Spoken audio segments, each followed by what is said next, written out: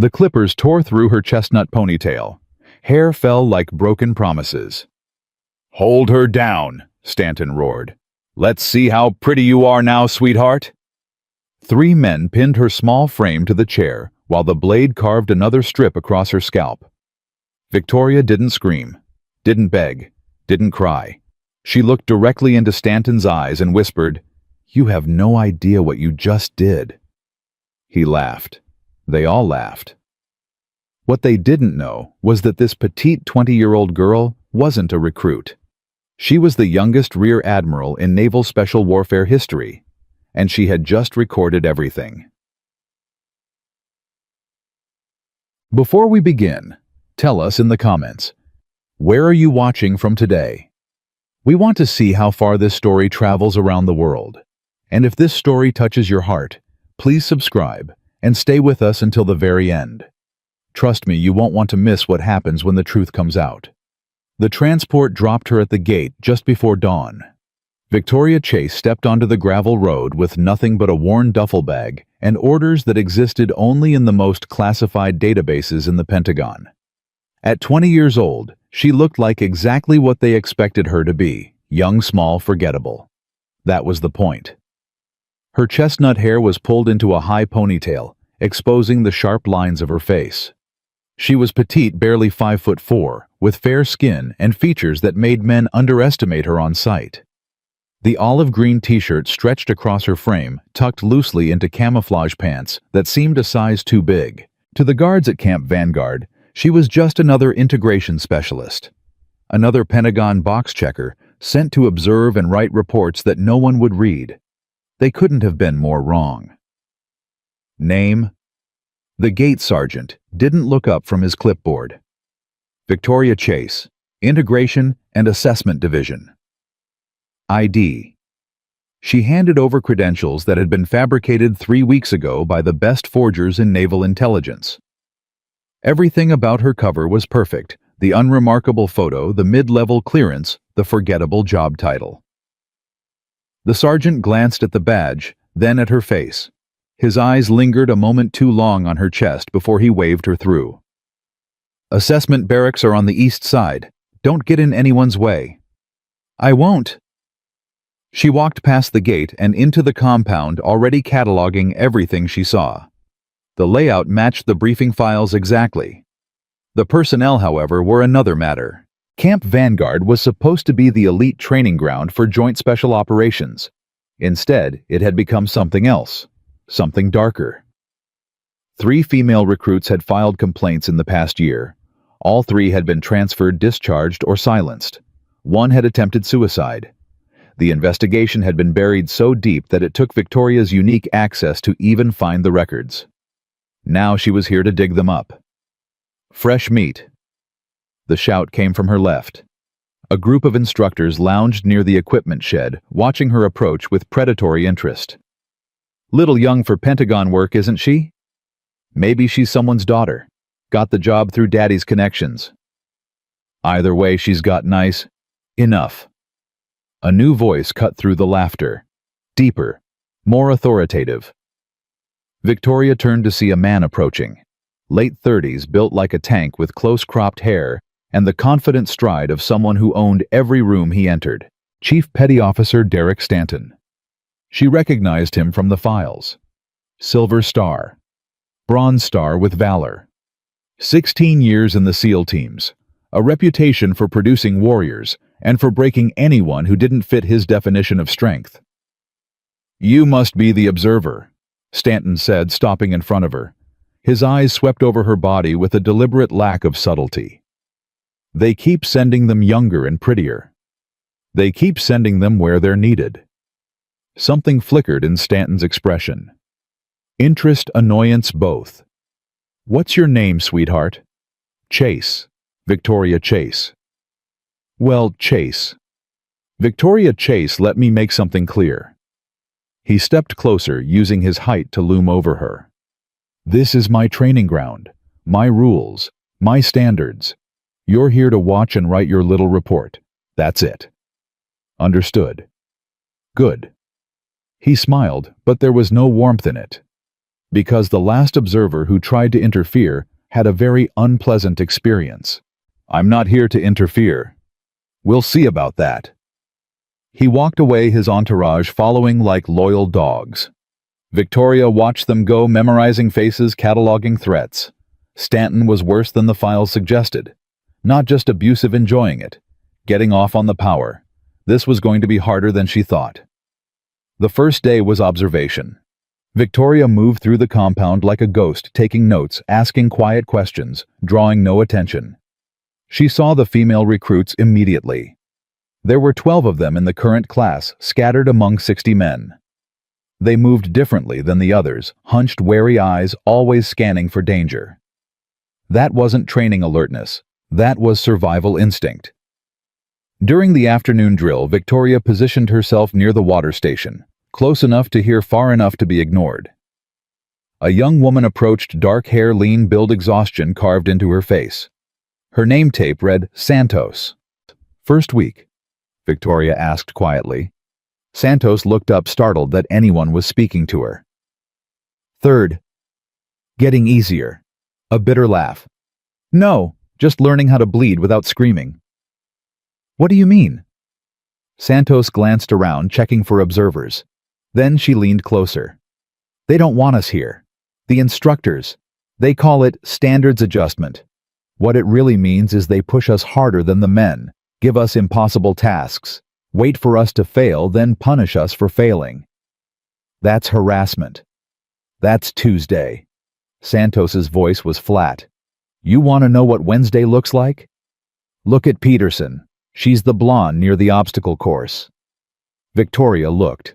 A young woman stood apart from the group, arms wrapped around herself, face blank, with the 1,000-yard stare of someone who had stopped fighting.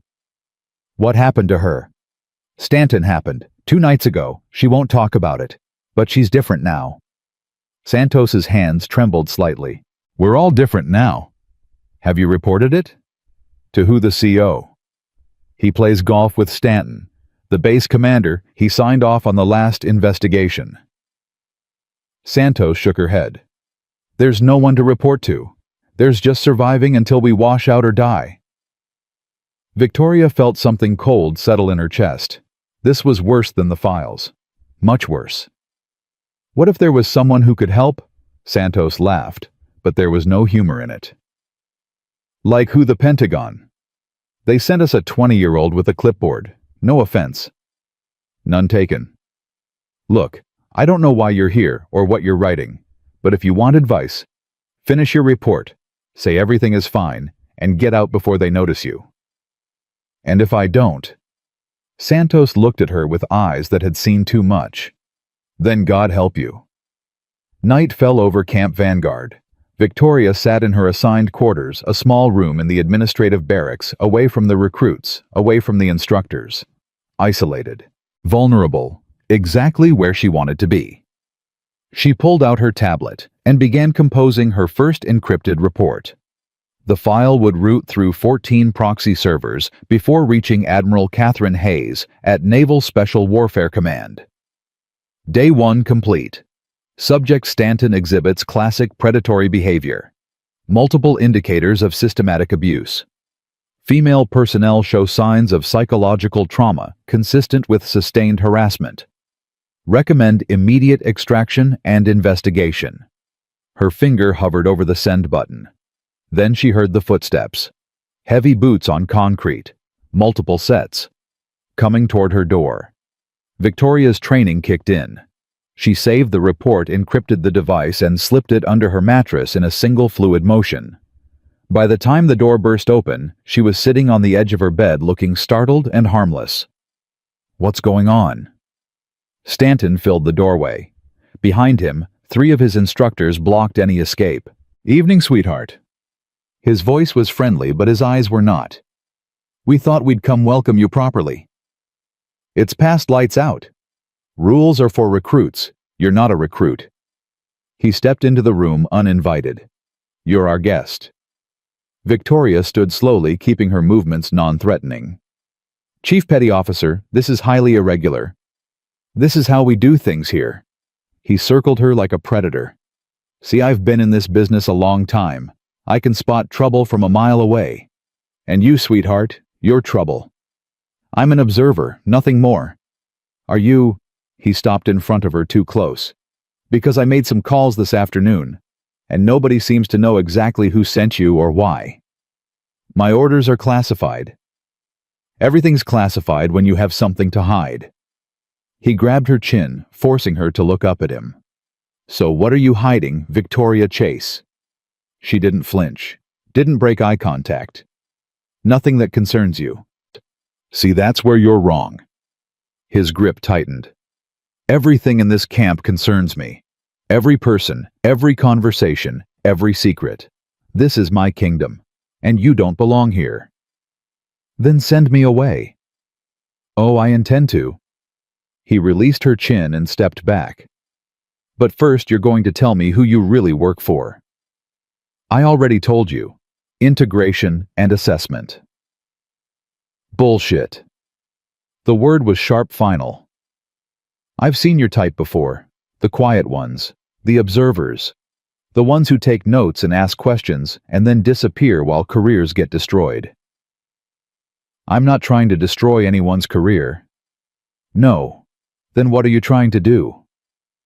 Victoria looked at him. This man who had terrorized so many, who had broken so many who stood before her, now convinced he was untouchable. "I'm trying to understand," she said carefully, "how a place meant to forge warriors became a place that breaks them." Stanton's face went blank. Then he laughed. "Breaks them? Is that what you think happens here?" He turned to his men. "Did you hear that she thinks we break people?" The instructors chuckled on cue. "Let me tell you something, sweetheart. We don't break people. We reveal them. We strip away the weakness until only strength remains.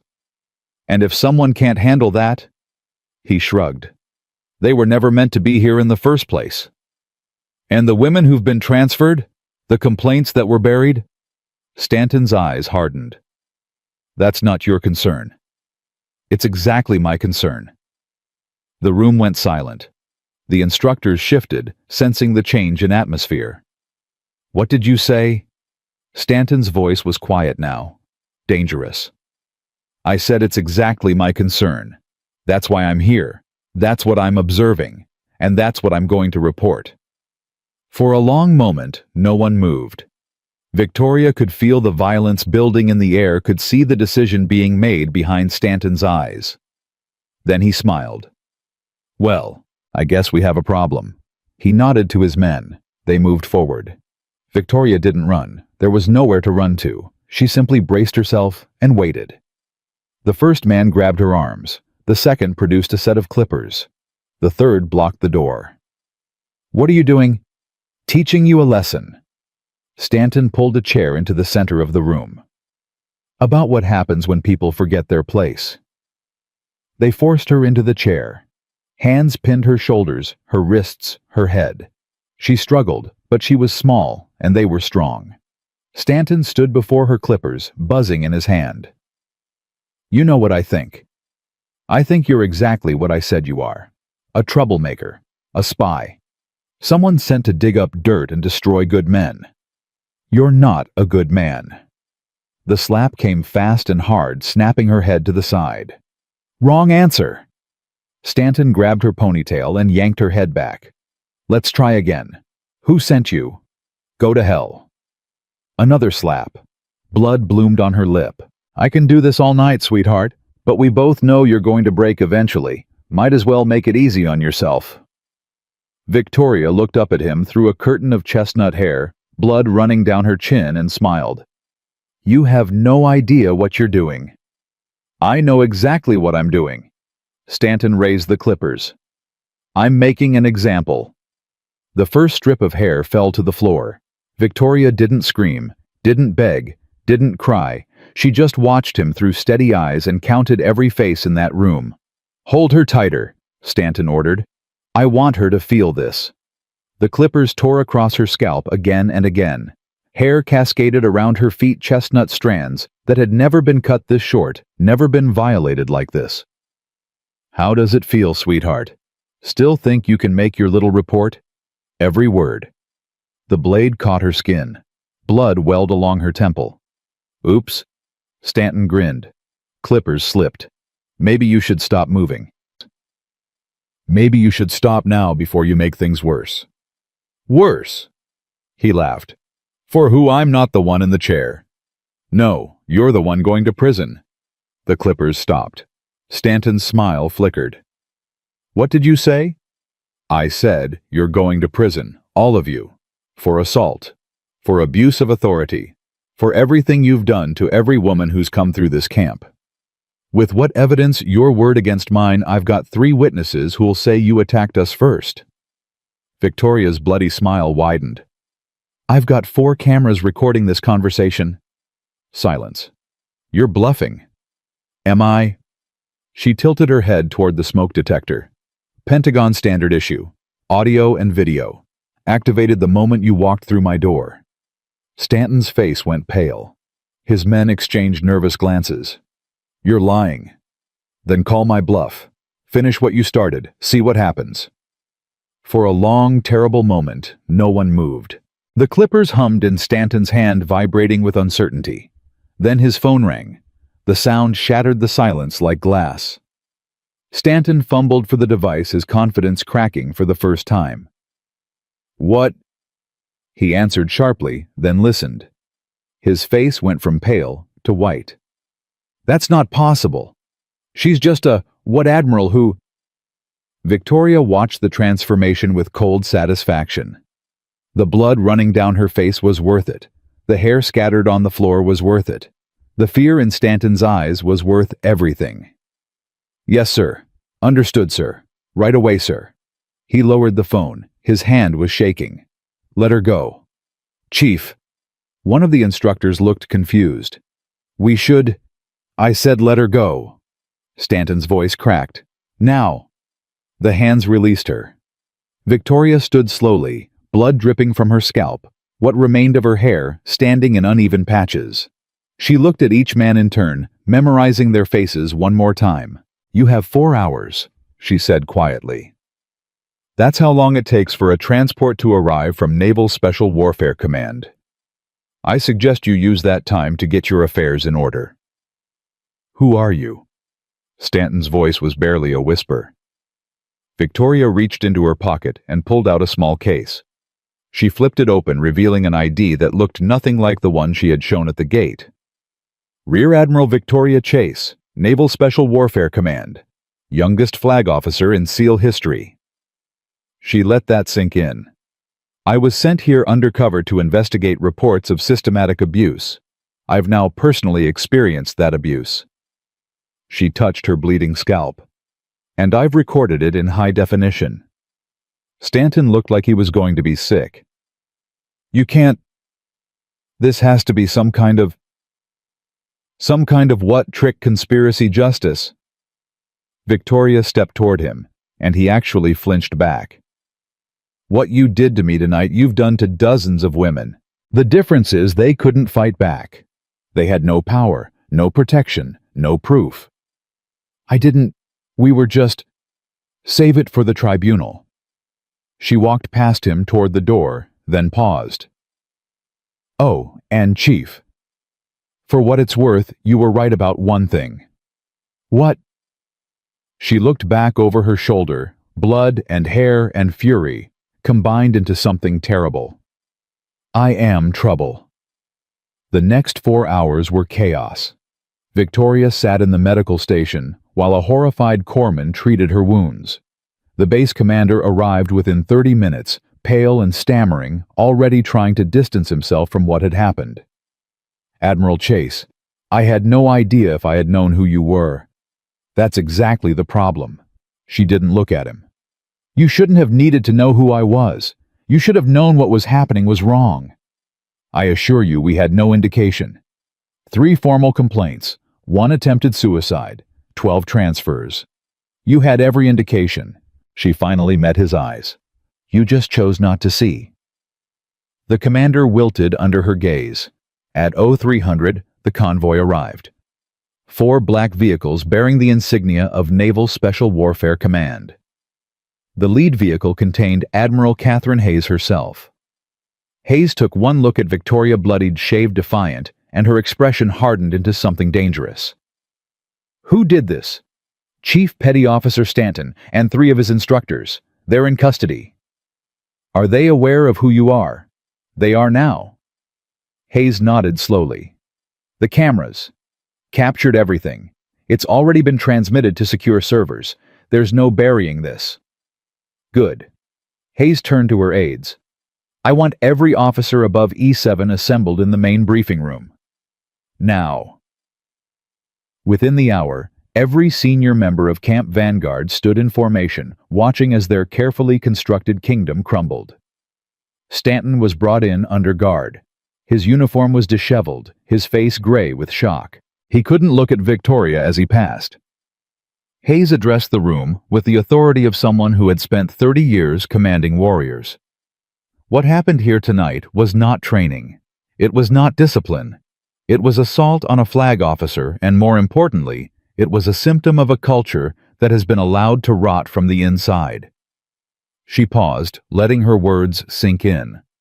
Admiral Chase was sent here because we received many reports of abuse, harassment, and intimidation targeting female personnel. Those reports were ignored, buried, or actively suppressed by members of this command. Eyes shifted nervously around the room. That ends now. Effective immediately, Camp Vanguard is under my direct oversight. All current investigations are reopened. All personnel are subject to review, and anyone— Her voice sharpened. Anyone found to have participated in or covered up this behavior will face the full consequences of their actions. Admiral, the base commander stepped forward. Surely we can handle this internally. Internally is how we got here in the first place. Internal means covered up. Internal means forgotten. Hayes shook her head. Not anymore. This is going to be transparent. This is going to be thorough. And this is going to be painful. She looked at Victoria. Admiral Chase will remain on site to oversee the transition. Any questions she asks will be answered. Any access she requests will be granted. She speaks with my authority. Treat her accordingly. The room was silent. Hayes nodded once. Dismissed. As the officers filed out, Victoria approached Stanton. His guards tightened their grip, but she waved them off. I want 1 minute. They hesitated, then stepped back. Victoria stood before the man who had shaved her head, who had bled her, who had believed he was untouchable. Why? She asked quietly.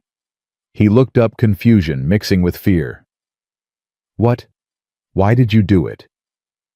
Not just to me, to all of them. What made you think you had the right? Stanton was silent for a long moment. When he spoke, his voice was hollow. Because I could. Because no one stopped me. Because every time I pushed the line, nothing happened. He shook his head. I thought I was making them stronger, making them worthy. You were destroying them. I know that now. His eyes were wet. I think I always knew. I just didn't care. Victoria looked at him, this broken man who had broken so many others, and felt nothing. You're going to have a long time to think about that. Years probably. Behind bars alone with nothing but memories of what you did and who you could have been. I'm sorry. Don't tell me. She stepped back. Tell the women whose lives you ruined. Tell them you're sorry, then see if it matters. She walked away without looking back. Dawn came slowly over Camp Vanguard.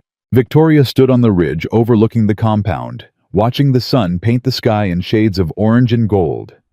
Her scalp was bandaged, now the wounds cleaned and dressed, but she could still feel the phantom weight of her missing hair. Hayes found her there. You should be resting. I'll rest when it's over. It is over, at least this part. Victoria shook her head. This was one base, one commander, one group of predators. There are more out there. Places we haven't looked, crimes we haven't found. And you want to find them all. I have to try. Hayes was quiet for a moment. Then she reached into her jacket and pulled out a small box. I was going to wait, but I think now is appropriate. Victoria opened the box. Inside was a new insignia, 1 star instead of 2. Rear Admiral lower half. But I'm already. You were operating under a temporary brevet. This makes it permanent. The secretary signed off yesterday. Hayes smiled slightly. Congratulations. You're now the youngest permanent flag officer in naval history. Victoria stared at the star. I didn't do this for promotion. I know. That's why you deserve it. Hayes put her hand on Victoria's shoulder. What you did here going undercover, putting yourself at risk, taking that abuse so we'd have undeniable proof, that's not just courage. That's sacrifice. It doesn't feel like sacrifice. It feels like the bare minimum. The bare minimum for you is more than most would ever consider. Hayes squeezed her shoulder. Rest now. That's an order. Victoria nodded slowly. She closed the box and slipped it into her pocket. Admiral. Yes. Thank you. For believing me. For sending help. For being here. Hayes smiled. Always. That's what we do. We protect our own. She walked back toward the compound, leaving Victoria alone with the sunrise. Victoria touched her bandaged scalp. The hair would grow back. The wounds would heal. The scars, visible and otherwise, would fade. But she would never forget. Not the fear in Santos's eyes. Not the emptiness in Peterson's face. Not the way Stanton had laughed while he tore her apart. And she would spend the rest of her career making sure no one else had to experience what they had experienced. That was the promise she made to herself, standing on that ridge watching the dawn break over a camp that would never be the same. A promise she intended to keep, no matter what it cost. The first interview began at 0600. Victoria sat across from Commander Phillips, her bandaged scalp still visible, dried blood still crusted at the edges of her wounds. She hadn't changed clothes. She wanted him to see what his negligence had allowed. Commander, let's start with something simple. Her voice was ice. How long have you known about Chief Stanton's behavior? Phillips shifted in his seat. Sweat beaded on his forehead despite the cool morning air. Admiral Chase, I assure you. Don't. Victoria leaned forward. Don't waste my time with assurances. I have 17 statements from women who reported abuse directly to your office. 17. And not one investigation was opened. Those complaints were reviewed. By whom? Phillips hesitated. By the Internal Review Board, which you chair. Victoria pulled a file from the stack beside her. And which has dismissed every complaint against Stanton for the past 3 years. Would you like to explain that coincidence? Chief Stanton is a decorated officer. His training methods are unconventional but effective. Unconventional. Victoria's voice dropped. Is that what you call holding a woman down and shaving her head? Is that what you call assault, intimidation, psychological torture? I had no knowledge of. You had every knowledge. Victoria slammed her palm on the table. Phillips flinched. You knew because they told you. They begged you for help. And you buried their complaints because Stanton was useful to you. That's not... What did he promise you? Money, promotion, protection from your own secrets. Phillips went pale. I don't know what you're talking about. Then let me refresh your memory. Victoria opened another file. Offshore account in the Caymans. $200,000 deposited over the past 18 months. Payments that coincide exactly with complaints being dismissed. Phillips's mouth opened and closed like a fish drowning in air. Who's paying you, Commander? Who's behind all of this? I can't. You can and you will. Victoria stood, her petite frame somehow filling the room. Because right now, you're facing accessory charges to assault on a flag officer.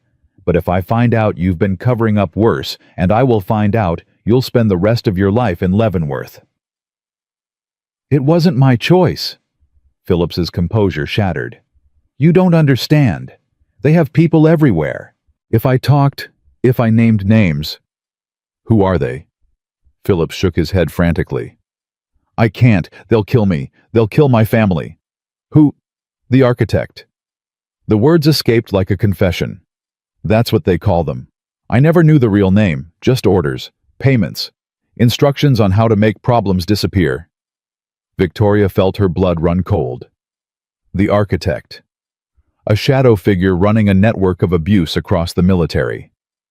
How do you contact them? I don't. They contact me. Encrypted messages, burner phones. It's always one way. Then how do you know they're real? Phillips laughed bitterly. Because I've seen what happens to people who defy them. Careers destroyed, families ruined, accidents that aren't accidents. He looked at Victoria with hollow eyes. You have no idea what you've stumbled into, Admiral. This isn't just one base. This isn't just Stanton. This is everywhere. I don't care how big it is. I'm going to tear it down. You'll die trying. Victoria's jaw tightened. Maybe, but at least I'll die fighting. What's your excuse? Phillips had no answer. The interrogation continued for 3 hours. By the time it ended, Victoria had names, dates, and enough evidence to bring charges against 7 more officers. But she also had fear. Real fear. For the first time since arriving at Camp Vanguard, she understood the scale of what she was facing. This wasn't justice. This was war. Admiral Hayes found her in the command center at noon, staring at a map covered in pins and string. You should be resting. I'll rest when it's over. Victoria. Hayes's voice softened. You've been awake for 36 hours. You're injured. You're running on fumes. I'm running on anger. Victoria turned to face her mentor. Hayes, do you know what Phillips told me about the architect? Hayes was quiet for a moment. I've heard rumors, whispers about someone coordinating cover-ups at the highest levels, but nothing concrete. It's not rumors, it's real. And whoever they are, they've been doing this for years, maybe decades. Then we need to be careful. If we move too fast, we need to move faster. Victoria grabbed a file from the desk. I've identified 12 more bases with similar patterns. Complaints that disappeared. Victims who were transferred or discharged. Instructors who should have been prosecuted but weren't. You can't investigate 12 bases at once. No. But I can investigate the one thing they all have in common. Victoria pointed to a name on the map. General Marcus Webb, Deputy Chief of Naval Personnel.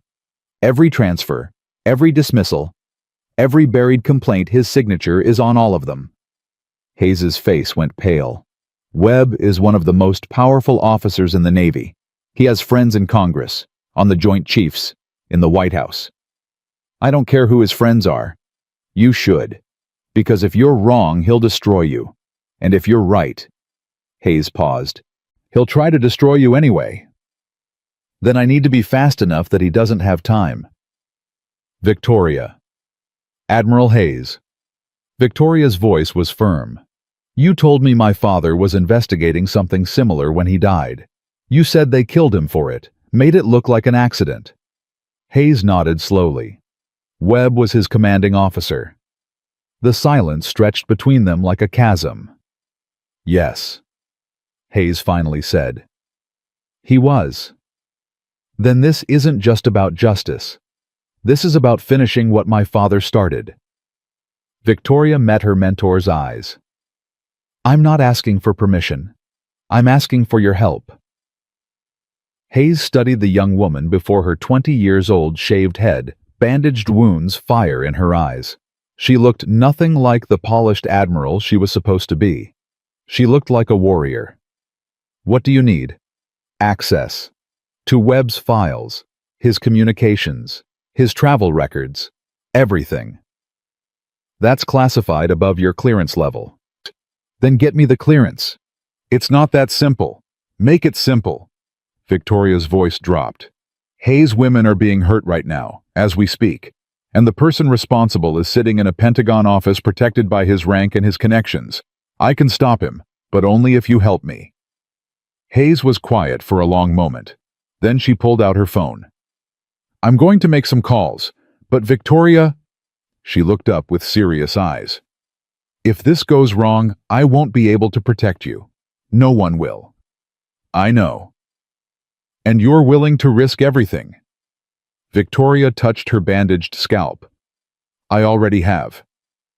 The files arrived at 1800. Victoria spread them across her desk, her eyes scanning pages of classified documents that should never have been in her hands. Travel logs, financial records, communication intercepts. And in the middle of it all, a pattern. Every time a complaint was filed, Webb made a phone call. Every time a victim was transferred, he signed the paperwork. Every time an investigation was closed, his office sent the memo. But there was something else. Something that made Victoria's blood freeze. Her father's name. Lieutenant Commander David Chase. Killed in a training accident 17 years ago. Investigation closed by order of then-Captain Marcus Webb. Victoria stared at the file. Her hands were shaking. "Dad," she whispered. "I found him." A knock at the door interrupted her thoughts. "Come in." Santos entered, her face tight with worry. "Admiral Chase, we have a problem." "What kind of problem?" "Stanton is dead." Victoria felt the words hit her like a physical blow. "What?" "They found him in his cell 20 minutes ago. Apparent suicide. Hanged himself with his sheets." "That's impossible. He was under suicide watch." "The guards say they checked on him at 1700. He was alive then. By 1730 he was gone." Victoria stood so fast her chair crashed to the floor. "Show me." The holding cell was exactly as Santos had described. Stanton's body had already been removed, but the sheets still hung from the ceiling pipe, twisted into a makeshift noose. Victoria examined the scene with growing horror. This wasn't suicide. "Admiral, look at the angle. Look at the height. Stanton was 6'2". That pipe is barely 7 feet off the ground. There's no way he could have hanged himself without his feet touching the floor." Santos's face went pale. "You're saying—" "I'm saying someone killed him and made it look like suicide." Victoria turned to the guards. "I want the security footage, all of it. And I want every person who had access to this building in the last 4 hours." "Yes, ma'am." Victoria walked out of the cell, her mind racing. Stanton was the key witness. He knew names, dates, details. With his testimony, they could have built a case that reached all the way to Webb. Now he was dead, and someone had killed him to keep him silent. The architect was moving. The security footage told a story that made Victoria's stomach turn. At 17:15, a figure in medical scrubs entered the holding area. The guards recognized the uniform and waved them through without checking credentials. The figure went to Stanton's cell. The camera angle showed them talking, but there was no audio. Then the figure produced something from their pocket. A syringe. Stanton struggled, but only for a moment. Then he went limp. The figure worked quickly, efficiently. They staged the scene with practiced hands. Sheets around the neck. Body positioned just right. By the time they left, it looked exactly like suicide. "Who is that?" Victoria demanded. "Can we get facial recognition?" They kept their head down the whole time, never gave the camera a clear shot. "What about the badge they used to get in?" "Borrowed from medical. The owner says it went missing this morning." "Convenient." Victoria rewound the footage. "Wait, stop there." The image froze on the figure's hand. Just visible beneath the surgical glove was a tattoo, 3 interlocking circles. "I've seen that before?" Victoria's voice was barely a whisper. "On the files. It's a symbol. Some kind of identifier." "For who?" "For the architect's people." Victoria's jaw tightened. "They're not just covering up.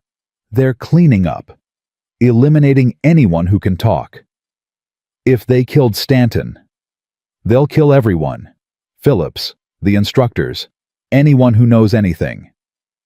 Victoria grabbed her phone. "Get me Admiral Hayes, now." Hayes answered on the first ring. "Victoria, I heard about Stanton." "He was murdered." They have people inside the base. I know. I'm working on... It's not enough. They're going to kill the other witnesses. Phillips, the instructors, everyone who can testify. We've moved them to secure locations. Secure isn't enough. These people got past our security like it wasn't even there. Victoria was shouting now. Hayes, you need to get them off this base. Get them somewhere the architect can't reach. Where would that be? Victoria's mind raced. Your ship, the Lincoln. It's offshore for training exercises. No one gets on or off without your authorization. That's actually not a bad idea. It's the only idea that might work. Do it now, before they kill again. I'll make the arrangements.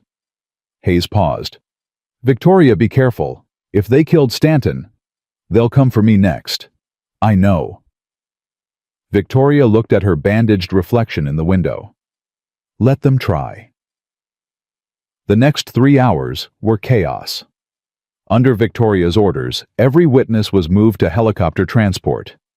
One by one, they were flown to the USS Abraham Lincoln, anchored 30 miles offshore. Phillips was the last to go. As he was led to the chopper, he stopped in front of Victoria. You really think you can stop them? I'm going to try. They've been at this for decades. They have eyes everywhere, hands in every pocket. Phillips shook his head. You're one person. What can one person do against that? One person can start a fire, and fires spread. Or they burn out. Maybe. Victoria met his eyes. But I'd rather burn than live as someone's tool. Phillips had no response. He climbed into the helicopter without looking back. When the last witness was safely offshore, Victoria allowed herself a moment to breathe. Just one moment. Then her phone rang. Unknown number. She answered. Admiral Chase. The voice was digitally altered, impossible to identify. You've been busy. Who is this? Someone who's been watching you with great interest. You've caused quite a stir, little girl. Uncovering secrets. Moving witnesses. Making yourself a nuisance. I prefer threat. The voice laughed. You're 20 years old. You've been an admiral for less than a month. And you think you can threaten me? I think I can expose you. That's enough. Is it? The voice paused. Let me tell you something, Victoria. I've destroyed admirals before. Generals. Senators. People with far more power and far more resources than you. And do you know what they all had in common? Enlighten me. They all thought they were safe. They all thought their rank protected them, their connections, their evidence. The voice dropped lower. They were wrong. Are you threatening me? I'm educating you. There's a difference. Another pause. You want to know who killed your father? Fine. I'll tell you. It was me. I gave the order. I watched him die. And I felt nothing. Victoria's hand tightened on the phone until her knuckles went white. Why? Because he wouldn't stop. Just like you. He kept digging, kept pushing, kept believing that justice actually meant something. So I removed him. The voice became almost gentle. I don't want to remove you, Victoria. You're young, talented. You could have a brilliant career if you just let this go. Let it go. You murdered my father. You've been protecting rapists and abusers for years. You think I'm going to walk away. I think you're going to die if you don't. Then I'll die. Silence on the line. You know, the voice finally said, your father said the same thing, right before the accident. What accident? The one that's going to happen to you. Very soon. The line went dead. Victoria stood in the empty command center phone still pressed to her ear, blood roaring in her veins. The architect wasn't just a shadow. They were real. They had killed her father. And now they were coming for her. Good. Let them come. She pulled up her secure terminal and began typing. A message to every contact she had cultivated over her brief but meteoric career. Journalists, politicians, activists, fellow officers who had confided their own stories of abuse. To whom it may concern, if I die in the next 48 hours, it will not be an accident. The following files contain evidence of a conspiracy to cover up systematic sexual abuse across the United States military. The person responsible calls themselves the architect. I believe this person to be General Marcus Webb, Deputy Chief of Naval Personnel. She attached everything, every file, every recording, every piece of evidence she had gathered. If I survive, I will testify before Congress. If I don't, this evidence will speak for me. The truth doesn't die with the messenger. She hit send. Then she leaned back in her chair and waited for the storm. It came faster than she expected. At 0300, the base's emergency sirens began to wail. Victoria grabbed her sidearm and ran for the door. "What's happening?" she shouted at the first guard she saw. "Perimeter breach, ma'am, multiple contacts on the east fence." "How many?" "At least a dozen. They're armed." Victoria's mind raced. This wasn't a subtle assassination. This was a full assault. "Lock down the base. Get every armed personnel to defensive positions. And get me a radio, I need to contact the Lincoln." The next 30 minutes were hell. Gunfire echoed across Camp Vanguard. Victoria commanded from the central bunker, coordinating defensive actions, while bullets tore through walls around her. "Alpha Team, fall back to position 2. Bravo Team, hold the west corridor." "Charlie Team, where the hell is Charlie Team?" "Charlie's down, ma'am, all of them." Victoria felt each casualty like a physical blow. These were her people, dying because of her investigation, because she had dared to expose the truth. "Ma'am," a young lieutenant burst into the bunker. "They're breaking through the north gate." "How many?" "All of them." Victoria grabbed a rifle from the weapons rack. "Then we meet them at the north gate." "Ma'am, you can't." "Watch me." She ran toward the gunfire. The fight at the north gate was brutal and brief. Victoria fired until her magazine was empty, then grabbed another from a fallen soldier and kept firing. Around her, men and women fought with everything they had against an enemy that seemed to come from everywhere at once. And then, as suddenly as it began, it stopped. The attackers retreated. Helicopters appeared on the horizon, reinforcements from the Lincoln finally arriving. Victoria lowered her rifle. Breathing hard blood that wasn't hers splattered across her olive shirt. They had survived. But at what cost? The body count came at dawn. 18 dead, 34 wounded. Half the base's infrastructure was damaged or destroyed. Victoria stood among the wreckage, her shaved head bare to the morning sun, her wounds reopened and bleeding. Admiral Hayes found her there. The reinforcements are securing the perimeter. The attackers who survived are in custody. Who were they? Mercenaries. Private military contractors. No direct connection to any government agency. Hayes paused. But we found something on one of the bodies. She held up a phone. On the screen was a text message, "Kill Chase. Leave no witnesses, M.W." Victoria stared at the initials. Marcus Webb. "He's not hiding anymore," she said quietly. "No, he's panicking." Hayes looked at her with something like pride. "You backed him into a corner, Victoria. Now he's making mistakes. People died because of me. People died because of him, because of the system he built. You're trying to tear it down. Am I, or am I just making things worse?" Hayes put her hand on Victoria's shoulder. "Your father asked me the same question once, the night before he died. What did you tell him?" "I told him that some things are worth dying for, and that the only way evil wins is when good people do nothing." Hayes squeezed her shoulder. "You're doing something, Victoria. Something important. Don't stop now." Victoria looked at the devastation around her. The blood. The bodies. The cost of truth. Then she straightened her spine and lifted her chin. "I'm not stopping. Not until Webb is in chains." "Then let's make that happen." They walked together through the ruins of Camp Vanguard, two admirals united by a common purpose. The battle was over. But the war was just beginning. Victoria stood in the Pentagon's secure briefing room, her shaved head bearing fresh scars, her petite frame dwarfed by the generals and admirals surrounding her. But she wasn't intimidated. Not anymore. "General Webb's office is on the 4th floor," she said, pointing to the building schematic on the screen. "He's been there since 0600. No visitors, no calls. He knows we're coming." "And you're certain he's the architect?" Admiral Hayes asked. Phillips confirmed it. Stanton confirmed it before he was murdered.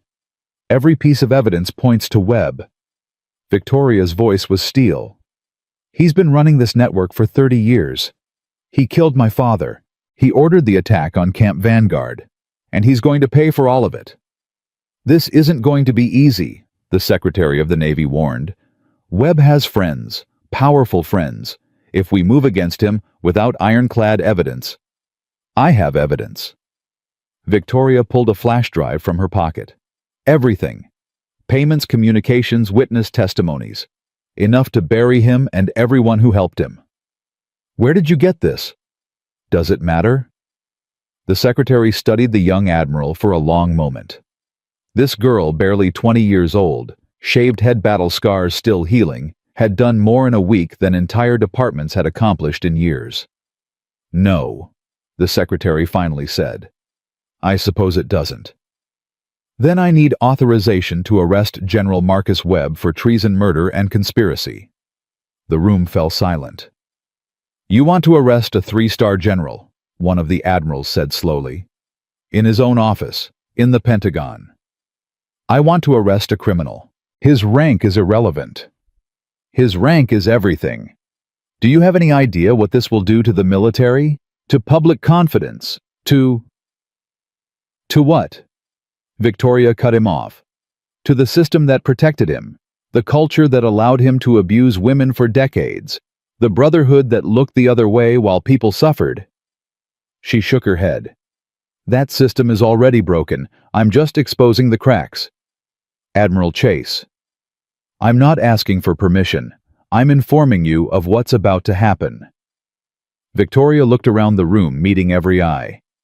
"You can help me or you can get out of my way, but I'm taking Webb down. Today." The secretary rose.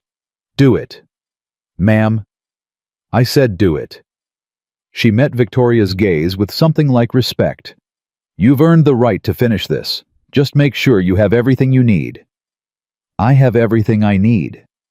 Victoria turned to leave, then paused. "Admiral Hayes, you're with me." Hayes nodded and fell into step beside her. They walked out of the briefing room together, leaving a room full of stunned officers in their wake.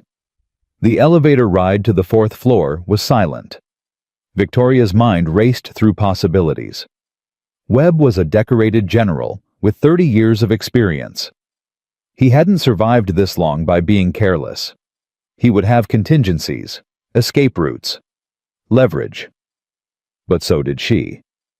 "You're quiet," Hayes observed. "I'm thinking." About what happens if this goes wrong." Hayes smiled grimly. "What's the worst-case scenario? Webb escapes, evidence disappears. I get court-martialed for attacking a superior officer." Victoria shrugged. "Standard stuff." "And the best case? Webb in chains, network exposed, justice served." Victoria looked at her mentor. "I'm betting everything on the best case." "That's a dangerous bet." "It's the only bet worth making."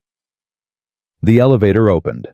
The 4th floor stretched before them, quiet and sterile. Victoria took a breath. "Ready." "I've been ready for 30 years. Hayes's voice was heavy with old pain. "Your father and I served together, you know, before he was killed." Victoria stopped. "You never told me that." "I never told you a lot of things. I was trying to protect you." Hayes put her hand on Victoria's shoulder. "David would be proud of you. What you've done, what you're doing, it's everything he dreamed of. He dreamed of dying before he could finish the job. He dreamed of someone strong enough to finish it for him." Hayes squeezed her shoulder. "That's you, Victoria. That's always been you." Victoria felt tears threatening. She pushed them down. "Let's go get the bastard who killed him." They walked toward Webb's office, 4 armed Marines falling into formation behind them. The secretary outside Webb's door stood as they approached. "Admiral Chase, Admiral Hayes, I'm afraid General Webb is not receiving visitors." "He'll receive us." Victoria didn't slow down. "Open the door." "Ma'am, I can't."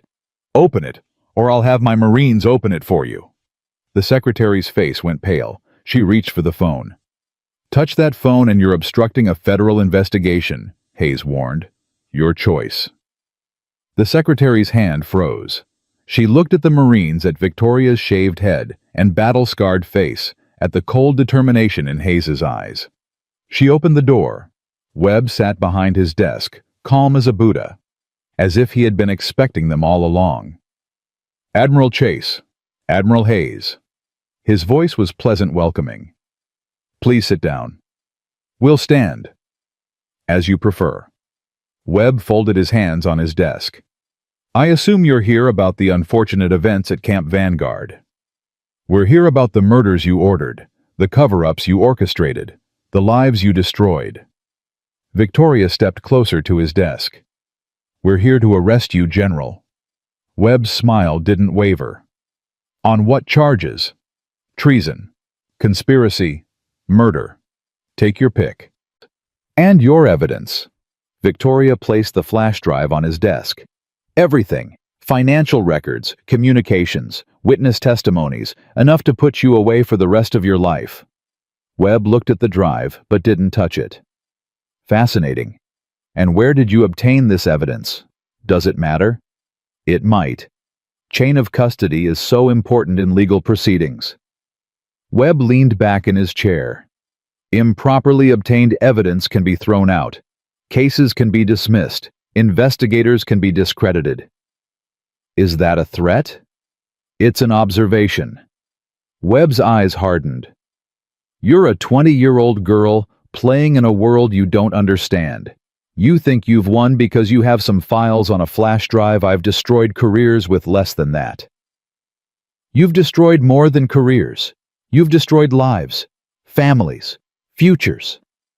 Victoria's voice was ice. "My father's life, my father's future." Something flickered in Webb's expression, just for a moment. "Ah, so this is personal." "It's always been personal." "I see." Webb stood slowly, using his height to loom over her. "You know, your father was a lot like you. Stubborn, righteous, convinced he could change the world with good intentions and moral superiority." "Don't talk about my father. Why not? I knew him better than you did. I watched him dig into things he shouldn't have. I warned him to stop. I offered him a way out." Webb's voice dropped. "He refused, just like you're refusing now." "What happened to him?" "He had an accident, a tragic training accident that could have been avoided if he'd just listened to reason." "You killed him." "I made a decision. The same decision I've made dozens of times over the past 30 years, the decision to protect something bigger than any one person." Webb stepped around his desk, moving closer to Victoria. "The military is an institution, Admiral Chase. It survives because it maintains order, discipline, hierarchy, and sometimes maintaining that order requires sacrifices. Sacrifices, you call murder a sacrifice. I call it necessity." Webb's face was inches from hers now. "Do you think you're the first person to try bringing me down, the first crusader with evidence and righteousness? I've buried better people than you." "Then bury me." Victoria didn't flinch. "Because I'm not stopping." Webb smiled. It didn't reach his eyes. "I know." He moved faster than a man his age should have been able to move. His hand shot out, grabbing Victoria's throat, slamming her against the wall. The Marine surged forward, but Webb pulled a pistol from his desk drawer and pressed it to Victoria's temple. "Stop, all of you." Everyone froze. "Victoria!" Hayes's voice was sharp with fear. "I'm fine." Victoria's voice was strangled, but calm. "He's not going to shoot me." No. Webb's grip tightened. And why not? Because if you kill me, you lose your leverage. Hayes and the Marines will take you down. You'll die in this office. Victoria met his eyes. You're a survivor, Webb. That's how you've lasted this long. Survivors don't throw their lives away. Maybe I'm tired of surviving. No, you're not. Victoria's voice hardened. You're scared. For the first time in 30 years, someone has real evidence against you. Someone you can't buy, can't intimidate, can't make disappear. And it terrifies you. You think I'm scared of a little girl? I think you're scared of what I represent. The truth, justice, the end of everything you've built. Victoria's eyes bore into his. You can kill me right now, but you can't kill what I've started. The files are already distributed. The witnesses are already talking. Your network is already crumbling. Webb's hand trembled, just slightly. You're bluffing. Am I? Check your phone. Check your email. Check any communication channel you trust. Victoria smiled despite the gun at her head. Your people are being arrested as we speak. Phillips is cooperating. The instructors are confessing. Everyone is running for cover. That's impossible. It's happening, right now. While you're standing here with a gun to my head, your empire is burning. Victoria's voice dropped to a whisper. You've already lost Marcus. The only question is whether you die fighting or surrender with dignity. Webb's face contorted. Rage, fear, desperation. All the emotions he had spent decades suppressing surged to the surface. I'll kill you. Then kill me. Victoria's voice was steady. But know this, my death won't save you. It'll just make you a murderer on top of everything else. The gun trembled against her temple. 5 seconds passed. 10. An eternity compressed into heartbeats. Then Webb's shoulders slumped. I should have killed your father myself, he whispered, instead of delegating to subordinates. Yes, you should have. Victoria reached up and gently removed the gun from his hand. But you didn't. And now you're going to pay for that mistake. She handed the gun to Hayes and stepped back. General Marcus Webb, you're under arrest for treason, murder, and conspiracy. Her voice was formal now, official. You have the right to remain silent. I suggest you use it. The Marines moved forward. Webb didn't resist as they cuffed him. This isn't over, he said as they led him toward the door. The network is bigger than me, bigger than you can imagine. Then I'll take it down piece by piece. Victoria watched him go. Starting with you. Webb laughed. The sound was hollow, broken. You really are your father's daughter. He disappeared through the door. Victoria stood in the empty office, her hands shaking. Her heart pounding her shaved head, throbbing where it had hit the wall. Hayes appeared beside her. Are you okay? No. Victoria's voice cracked. But I will be. You were incredible in there. The way you stayed calm, the way you played him. I wasn't playing him. Victoria turned to face her mentor. I was telling the truth. Everything I said was true. Even the part about being scared. Especially that part. Victoria took a shaky breath. I was terrified, Hayes. He could have killed me. He wanted to kill me. But he didn't. No, he didn't. Victoria looked around Webb's office, the mahogany desk, the military decorations, the trappings of power that had protected a predator for 30 years. He was too afraid of dying to pull the trigger, just like I predicted. That's not fear, Victoria. That's understanding. You read him perfectly. I read him because I know what drives men like him: power, control, self-preservation. Victoria's jaw tightened. My father taught me that, before Webb had him killed. Hayes was quiet for a moment. David would be proud of you. I know. Victoria picked up the flash drive from Webb's desk. But I'm not done yet. What do you mean? Webb said the network is bigger than him. He wasn't lying. Victoria turned the drive over in her hands. There's someone else, someone above him, the real architect. How do you know? Because Webb's been taking orders for 30 years. He's a soldier, not a commander. Someone else has been pulling the strings. Victoria looked at Hayes with determined eyes. And I'm going to find out who. The interrogation began at midnight. Webb sat in a gray room, his uniform stripped of insignia, his wrists cuffed to the table. The confident general was gone. In his place sat a broken man facing the ruin of everything he had built. Victoria entered alone. Admiral Chase. Webb's voice was hoarse. Come to gloat. I came to offer you a deal. What kind of deal?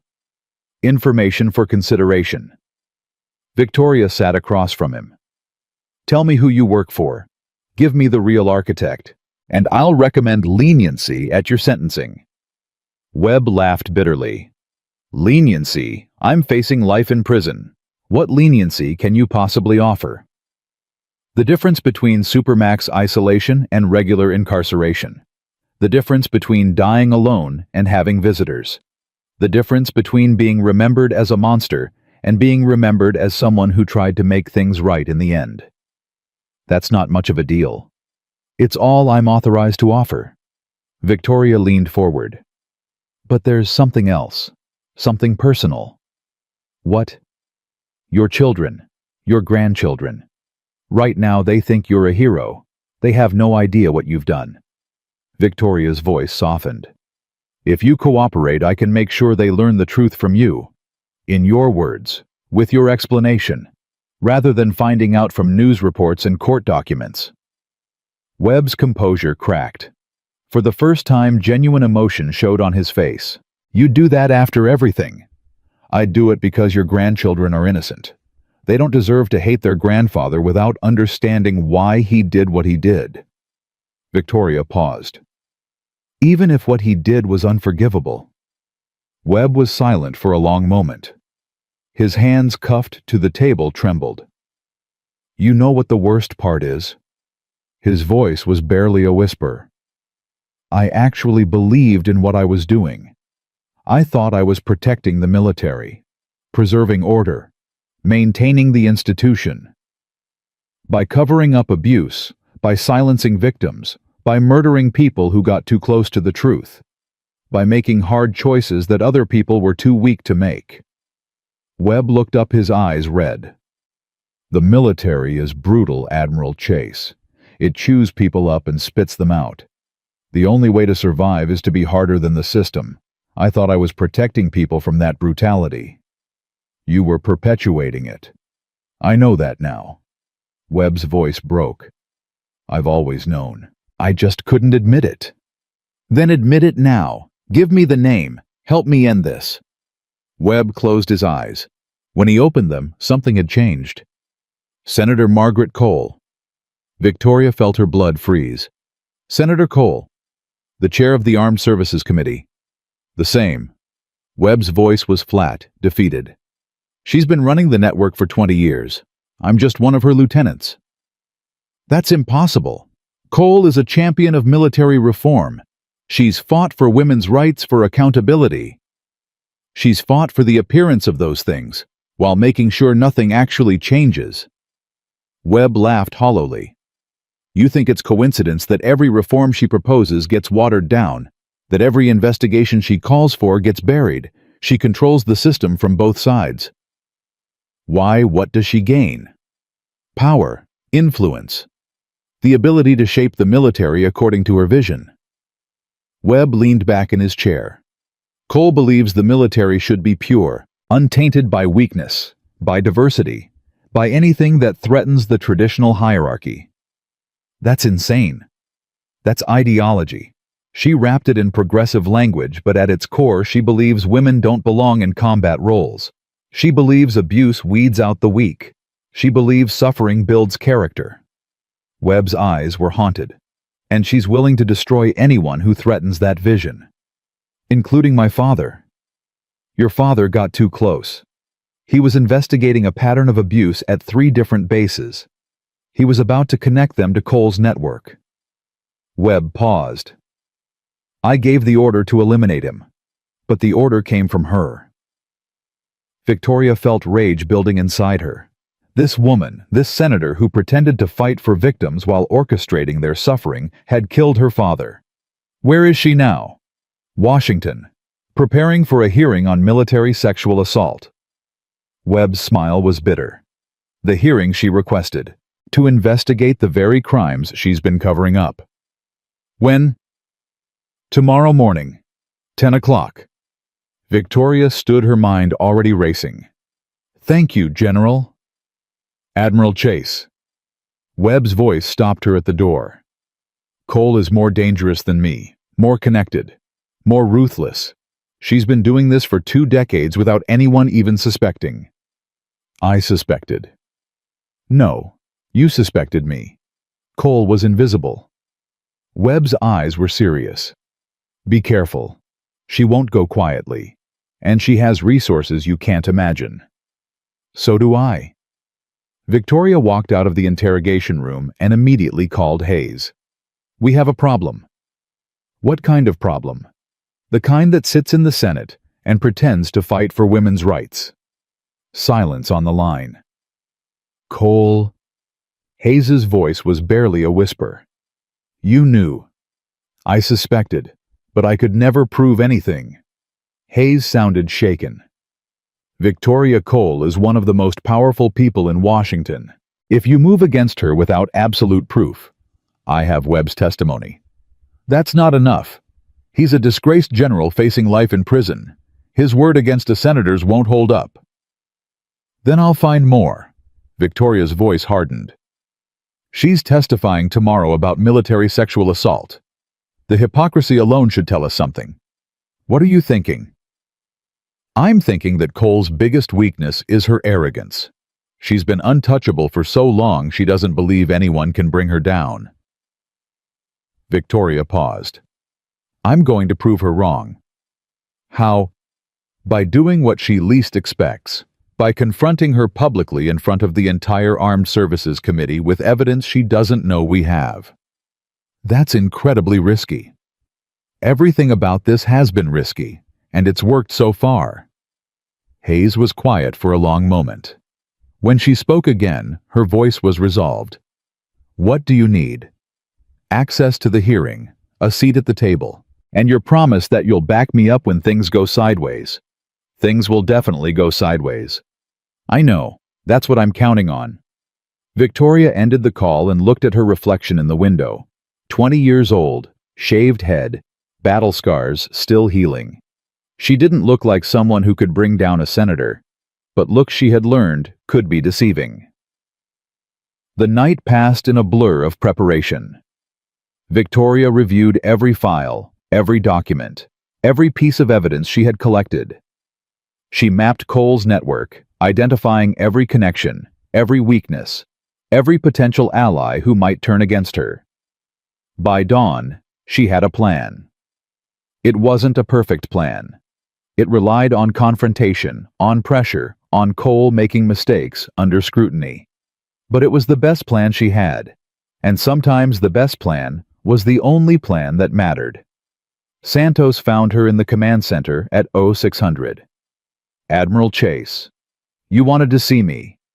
I need your help. Anything. Victoria handed her a folder. This contains everything I know about Senator Cole and her network. If something happens to me today, I need you to get this to the press.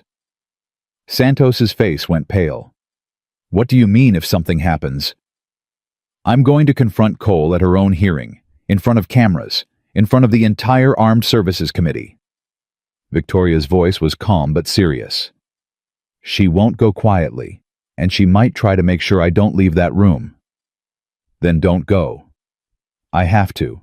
She killed my father. She's protected abusers for 20 years. Someone has to stop her. Someone else could. There is no one else. Victoria met Santos's eyes. This is my fight. My father's fight. If I don't finish it, no one will. Santos stared at her for a long moment. Then she nodded slowly. I'll make sure the world knows the truth. Thank you. Victoria turned to leave, then paused. Santos. Whatever happens today, You're a good sailor, and you would have made an even better SEAL." Santos's eyes glistened. "Thank you, Admiral, for everything." "Don't thank me yet." Victoria walked toward the door. "Thank me when it's over." The Senate hearing room was packed. Cameras lined the walls. Reporters filled the gallery. Every seat at the committee table was occupied by senators who had no idea what was about to happen. Senator Margaret Cole sat at the center of the panel, her silver hair perfectly styled, her expression radiating concern and compassion. "Today we address one of the most shameful chapters in our military's history." She began, her voice carrying through the hushed room.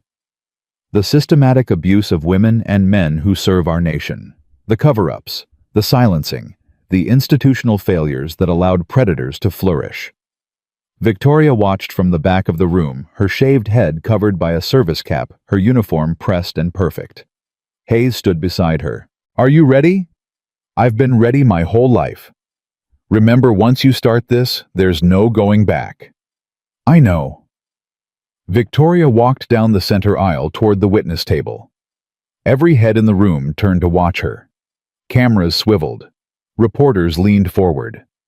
The senators exchanged confused glances. Cole's expression flickered recognition, then concern, then controlled neutrality. "Excuse me." Cole's voice was ice. "This hearing has scheduled witnesses. I'm an unscheduled witness." Victoria took the microphone at the center table. "Rear Admiral Victoria Chase, Naval Special Warfare Command. And I have testimony that this committee needs to hear. Admiral Chase, this is highly irregular. So is covering up decades of sexual abuse. So is orchestrating the murder of military personnel. So is running a shadow network that protects predators while silencing victims." Victoria's voice carried through the room. "Which would you like to discuss first?" "Senator Cole." The room erupted. Reporters shouted questions. Senators banged gavels. Security officers moved toward Victoria but hesitated when they saw her rank. Cole's face had gone white. "I don't know what you're talking about." "Then let me explain." Victoria pulled documents from her briefcase and held them up for the cameras. "These are financial records showing payments from shell companies controlled by Senator Cole to military personnel who covered up abuse complaints. These are communications between Cole and General Marcus Webb, who is currently in custody for murder and conspiracy. And these," she held up a final folder, "are testimonies from 17 victims who were silenced, transferred, or threatened to prevent them from speaking out." The room went silent. "Senator Cole," Victoria continued, her voice steady, "you have been orchestrating a cover-up operation across the United States military for 20 years. You have protected rapists, silenced victims, and ordered the deaths of anyone who got too close to the truth, including my father, Lieutenant Commander David Chase." Cole's composure shattered. "This is slander." She stood pointing at Victoria. "This woman is mentally unstable. She attacked military personnel. I exposed military personnel who were attacking others, just like I'm exposing you." Victoria faced the cameras. "Everything I've said is documented. The evidence is real. And the only person who seems to have a problem with it is the senator who's been hiding behind her position for 2 decades. "Security!" Cole screamed. "Remove this woman immediately." The security officers moved forward, then stopped. Because standing behind Victoria in full uniform were Admiral Hayes and 12 senior military officers. "I wouldn't do that if I were you," Hayes said quietly. "Admiral Chase is under my protection. Any attempt to remove her will be considered obstruction of a federal investigation." Cole's face contorted with rage and fear. "You have no authority here." "Actually, I do." The Secretary of the Navy stepped forward from the gallery. "I authorize this investigation, and I'm authorizing Admiral Chase to present her findings to this committee." The room fell silent again. Cole looked around desperately, searching for allies, for escape routes, for anything that might save her. She found nothing. "Senator Cole." Victoria said, her voice carrying the weight of 17 years of grief and rage. You killed my father. You destroyed countless lives. You betrayed every oath you ever took. She stepped closer to the panel.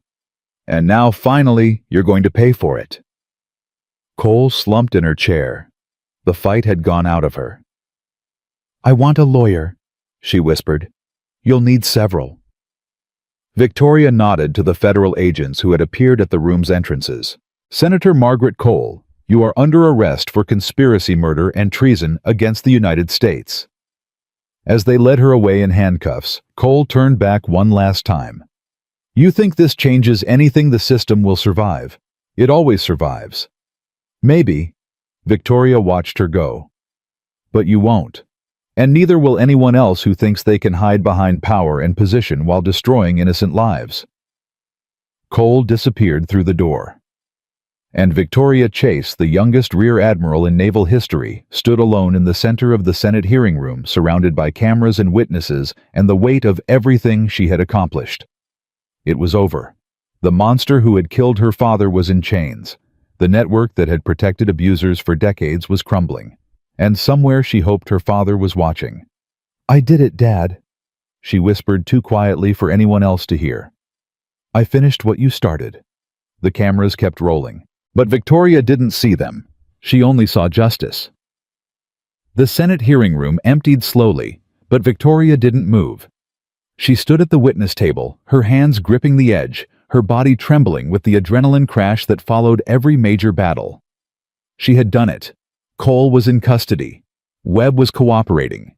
The network was crumbling. So why did she feel so empty? Victoria.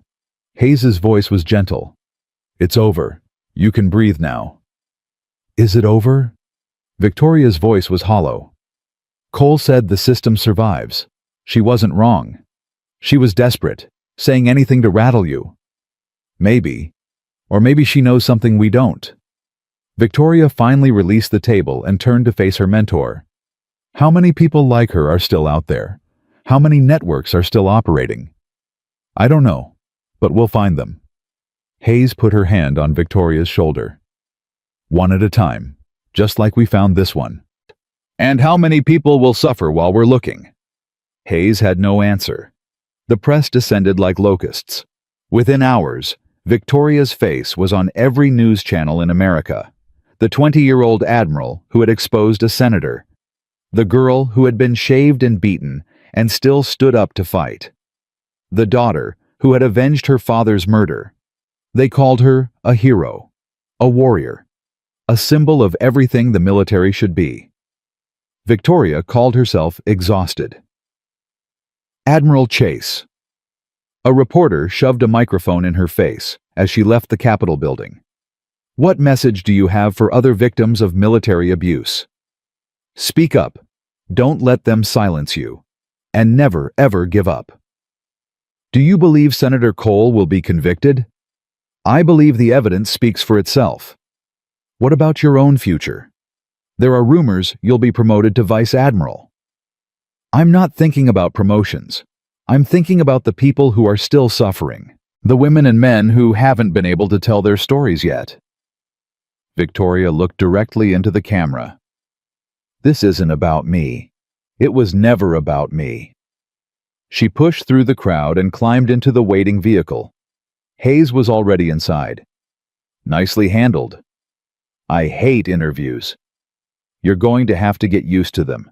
You're famous now. I didn't want to be famous. I wanted justice. Sometimes they're the same thing. Victoria leaned her head back against the seat and closed her eyes. Her shaved scalp itched where the wounds were healing. Her body ached from days without proper sleep. Her mind was a hurricane of thoughts and fears and hopes. What happens now? She asked. Now we build the case against Cole. We coordinate with the Justice Department. We prepare for the trial that will define this generation. And me. What happens to me? Hayes was quiet for a moment. That depends on what you want. I don't know what I want. Victoria opened her eyes. I've been fighting so long I don't know how to stop. Maybe you don't have to stop. Maybe you just have to change what you're fighting for. Meaning, you've exposed the conspiracy, you've brought down the leaders, but the system that created them is still broken. Hayes turned to face her. Someone needs to fix it. Someone with the credibility and the courage to push through real reforms. You want me to become a politician? I want you to become whatever you need to be. Hayes smiled slightly. You're 20 years old, Victoria. You have your whole career ahead of you. The question is, what do you want that career to look like? Victoria thought about it. She thought about her father who had died trying to change things from within. She thought about the women at Camp Vanguard who had suffered because no one was willing to fight for them. She thought about all the battles still waiting to be fought. I want to make sure no one ever has to go through what they went through, she said finally. What I went through. Then that's your answer. How? We'll figure it out together. Hayes squeezed her hand. You're not alone in this, Victoria. You never have been. For the first time in days, Victoria felt something like hope. The trial of Senator Margaret Cole began 6 weeks later. The courtroom was packed every day, spectators and reporters fighting for seats, cameras, broadcasting every moment to a nation that couldn't look away. Cole sat at the defense table, her silver hair now gray and unwashed. Her expensive suits replaced by prison orange, her arrogant composure shattered by weeks of isolation and fear. Victoria testified on the second day. Admiral Chase. The prosecutor approached her with careful respect. Can you describe for the court how you first became aware of Senator Cole's involvement in the conspiracy? General Marcus Webb identified her during interrogation. He stated that Cole had been running the network for approximately 20 years, and that she had ordered the elimination of anyone who got too close to the truth, including my father. And what evidence corroborated Webb's testimony? Financial records showing payments from shell companies controlled by Cole to military personnel involved in cover-ups. Communications between Cole and Webb discussing specific incidents. Testimonies from 17 victims who were silenced or threatened. Victoria's voice was steady, professional. The pattern was consistent across multiple installations and decades of operation. Objection. Cole's lawyer stood. The witness is speculating about overruled. The judge's voice was ice. The witness is describing evidence already admitted into the record. Continue, Admiral Chase. Victoria continued for 3 hours. She described the attack on Camp Vanguard, the murder of witnesses, the network that had protected abusers while destroying victims. She spoke without emotion, without dramatics, letting the facts carry their own weight. But when the prosecutor asked about her father, her voice finally cracked. Lieutenant Commander David Chase was investigating abuse at 3 military installations when he was killed. The official report called it a training accident, but evidence recovered during this investigation proves it was murder. Victoria looked directly at Cole. Ordered by the defendant. Cole's face remained blank, but her hands cuffed in front of her trembled slightly. No further questions. The cross-examination was brutal. Admiral Chase? Cole's lawyer circled her like a shark. You're 20 years old, correct? Yes. And you achieved the rank of Rear Admiral through what you've described as fast-tracking by Admiral Hayes. I achieved my rank through performance. Admiral Hayes recognized my abilities. Interesting, because some might say you achieved your rank through connections, through favoritism, through a vendetta against people you blame for your father's death. Objection. The prosecutor stood. Argumentative. I'll rephrase. Admiral Chase, isn't it true that your entire investigation was motivated by personal revenge rather than genuine concern for military justice? Victoria met the lawyer's eyes without flinching. My father was murdered. 17 women were abused. Dozens of military personnel were silenced or threatened. If exposing those crimes is revenge, then yes, I wanted revenge. Her voice hardened. But I also wanted justice, and I got both. You got a lot of media attention, a lot of fame, a lot of career advancement. I got a shaved head and scars that will last the rest of my life." Victoria touched her scalp, where the hair was just starting to grow back. "I got nightmares. I got 18 people killed in an attack ordered by the network I was investigating. Does that sound like career advancement to you?" The lawyer paused. He had expected her to be defensive, emotional, easy to discredit. Instead, she was calm and devastating. No further questions. The trial lasted 4 weeks. Witness after witness took the stand. Victims who had been silenced for years finally told their stories. Military personnel who had been complicit broke down and confessed. Documents were entered into evidence, communications were played for the jury, the full scope of Cole's crimes was laid bare. And through it all, Victoria watched. She watched Cole's composure erode day by day. She watched the jury's faces harden with each new revelation. She watched the defense scramble to explain the unexplainable. On the final day of testimony, something unexpected happened. Cole asked to take the stand. "The defendant wishes to testify." The judge looked surprised. "Against counsel's advice. Against everyone's advice." Cole's lawyer looked defeated. But she insists. Cole walked to the witness stand with the careful dignity of someone who knew they were about to be destroyed. She raised her right hand and swore to tell the truth. Then she looked directly at Victoria. "I want to explain," she said. "Not to excuse what I did, but to explain."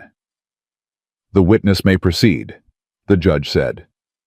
"I was a young lieutenant when I first realized how broken the military was. I watched women get harassed, assaulted, destroyed. I watched the system protect the predators and punish the victims, and I thought—" She paused, her voice cracking. "I thought if I could control the system, I could change it." By covering up abuse, the prosecutor's voice was incredulous. By controlling who was punished and who was protected. I thought if I had the power, I could use it for good. Cole's eyes were wet. But power doesn't work that way.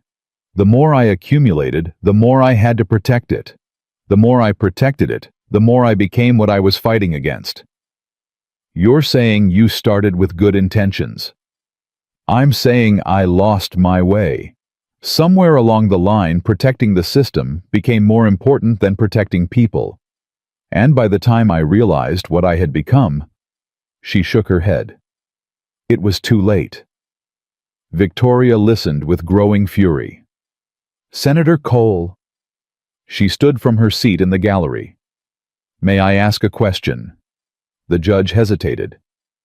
"This is highly irregular. Please, Your Honor." Cole's voice was quiet. "I want to answer her." The judge nodded. "Proceed, Admiral Chase." Victoria walked toward the witness stand. "You say you lost your way, that you became what you were fighting, that it was too late to change." "Yes." "My father was murdered 17 years ago. You've been running this network for 20 years. Victoria's voice was ice. "Are you telling me that in all that time you never once thought about stopping, about exposing what you had built, about saving even one person?" Cole was silent. "You had the power to end this anytime you wanted. You could have gone public. You could have confessed. You could have protected the people you claim you wanted to protect." Victoria stepped closer. "But you didn't. Because the truth is, you weren't protecting anyone but yourself. That's not— You ordered my father killed because he was getting too close. Not to the truth to you." Victoria's voice shook with rage. "You silenced victims because they threatened your position. You covered up abuse because exposing it would expose you. Everything you did was about power, about control, about making sure no one could ever hold you accountable. I made mistakes. You made choices." Victoria was inches from the stand now. "Every day for 20 years you chose to let people suffer. You chose to let predators prosper. You chose to destroy anyone who tried to do what was right." Her voice dropped to a whisper. "Don't you dare pretend you were anything but a monster." Cole's composure shattered. Tears streamed down her face. "I'm sorry," she whispered. I'm so sorry. Tell that to the women you silenced. Tell that to my father's grave. Victoria turned away. I'm done with you. She walked back to her seat, leaving Cole sobbing on the stand. The courtroom was silent. The verdict came 3 days later. On the charge of conspiracy to commit murder, how does the jury find guilty? On the charge of obstruction of justice, guilty. On the charge of treason against the United States, guilty. 23 charges, 23 guilty verdicts, life in prison without the possibility of parole. When the sentence was read, Cole didn't react. She simply stared at the table in front of her, a broken woman facing the rest of her life in a cell. Victoria watched without satisfaction. Justice had been served, but it didn't bring her father back. It didn't erase the suffering of the victims. It didn't heal the wounds that had been carved into the military's soul. It was just an ending, not a solution. Hayes found her outside the courthouse, standing in the rain, her face turned toward the sky. You should be celebrating. I don't feel like celebrating. What do you feel? Victoria thought about it. Empty. Like I've been running toward something for so long, and now that I've reached it, I don't know what to do next. That's normal. After any major operation, there's a letdown, a sense of loss. Hayes stood beside her, letting the rain soak her uniform. It doesn't mean what you did wasn't important. I know it was important. I just don't know if it was enough. It's never enough. That's the hardest lesson to learn. Hayes turned to face her. But you do what you can. You fight the battles in front of you, and you trust that someone else will fight the battles after you're gone. Is that what my father thought before he died? Your father thought he could change the world. He was wrong. One person can't change the world, but one person can start a change that ripples outward forever. Hayes smiled slightly. That's what you've done, Victoria. You've started something. Where it ends is up to the people who come after you. Victoria looked back at the courthouse where reporters were still swarming around the entrance. I want to do more than start something. I want to finish it. Then let's talk about that. Hayes pulled an envelope from her jacket. This came from the Secretary of the Navy this morning. Victoria opened it. Inside was a single sheet of paper with official letterhead. Vice Admiral. Her voice cracked. They're promoting me to Vice Admiral, youngest in history, by about 20 years. Hayes was grinning now. The Secretary wants you to lead a new task force. Military justice reform. Full authority. Full budget. Full support. I'm 20 years old. You're also the most effective officer the Navy has seen in a generation. Age is just a number, Victoria. You've proven that. Victoria stared at the paper. Vice Admiral. Task Force Commander. The power to actually change things. Is this real? It's as real as you want it to be. Hayes put her hand on Victoria's shoulder. The question is, do you want it? Victoria thought about everything she had been through. The abuse, the cover-ups, the murder attempts, the shaved head and the scars, and the endless nights of terror and determination. She thought about her father, who had died trying to make things better. She thought about the women who were still suffering, still being silenced, still waiting for someone to fight for them. Yes, she said, I want it. Then it's yours. Hayes embraced her. I'm proud of you, Victoria. More proud than I can say. I couldn't have done any of this without you. You did all of this despite me. I just tried to keep up. Hayes pulled back, her eyes glistening. Your father would be so proud. I know. Victoria smiled through her own tears. I feel like he's been with me the whole time. The promotion ceremony was held a week later. Victoria stood at attention as the Secretary of the Navy pinned the 3 stars to her collar. The auditorium was filled with military personnel, politicians, journalists, and survivors who had come to witness history. Santos was there, her own new insignia gleaming on her uniform. She had completed her training and earned her trident. The first woman Victoria had helped, who would go on to help others. Vice Admiral Victoria Chase, the secretary announced. "You have demonstrated courage, integrity, and leadership beyond anything we could have expected. You have exposed corruption at the highest levels. You have brought justice to those who thought they were untouchable. And you have given hope to everyone who has ever been told they don't belong." Victoria stood straighter, her shaved head now covered with a thin layer of chestnut fuzz, her scars still visible, her eyes clear and determined. "As commander of the new Military Justice Reform Task Force, you will have the authority and resources to continue the work you've started, to root out abuse, to protect victims, to create a military that lives up to its ideals." The secretary saluted. Victoria returned it crisply. "Thank you, ma'am." "Thank yourself, Admiral. You've earned this." Applause erupted through the auditorium. Victoria turned to face the crowd, seeing faces she recognized: Hayes Santos, the secretary, and dozens of others who had supported her through the darkest moments. And in the back, standing alone, she saw a face that made her heart stop. A woman in her 60s, gray hair, familiar eyes. Her mother. Victoria hadn't seen her in 5 years. Not since her mother had remarried and moved away, unable to cope with the grief of losing her husband. They had exchanged letters occasionally, phone calls on birthdays, but nothing real, nothing close. Now she was here. After the ceremony, Victoria pushed through the crowd until she reached her. "Mom." "Victoria." Her mother's voice was thick with emotion. "My beautiful girl. What are you doing here? I saw you on the news. I saw what they did to you. What you did to them." Her mother reached out and touched Victoria's scarred scalp. "I should have been here. I should have supported you. You had your own grief to deal with. That's not an excuse. Your father would have wanted me to be strong for you. Instead, I ran away." Tears streamed down her mother's face. "I'm so sorry, Victoria. I'm so sorry I wasn't there." "You're here now." Victoria embraced her mother for the first time in 5 years. That's what matters. They held each other while the world moved around them, two women united by loss and love and the long road to healing. "Your father would be so proud," her mother whispered. "I know. I feel him everywhere. He's watching, I'm sure of it." Her mother pulled back, wiping her eyes. "He always believed you would change the world. He just didn't know how right he was." "I haven't changed anything yet. I've just started." "Then let me help you finish." Her mother's voice was stronger now.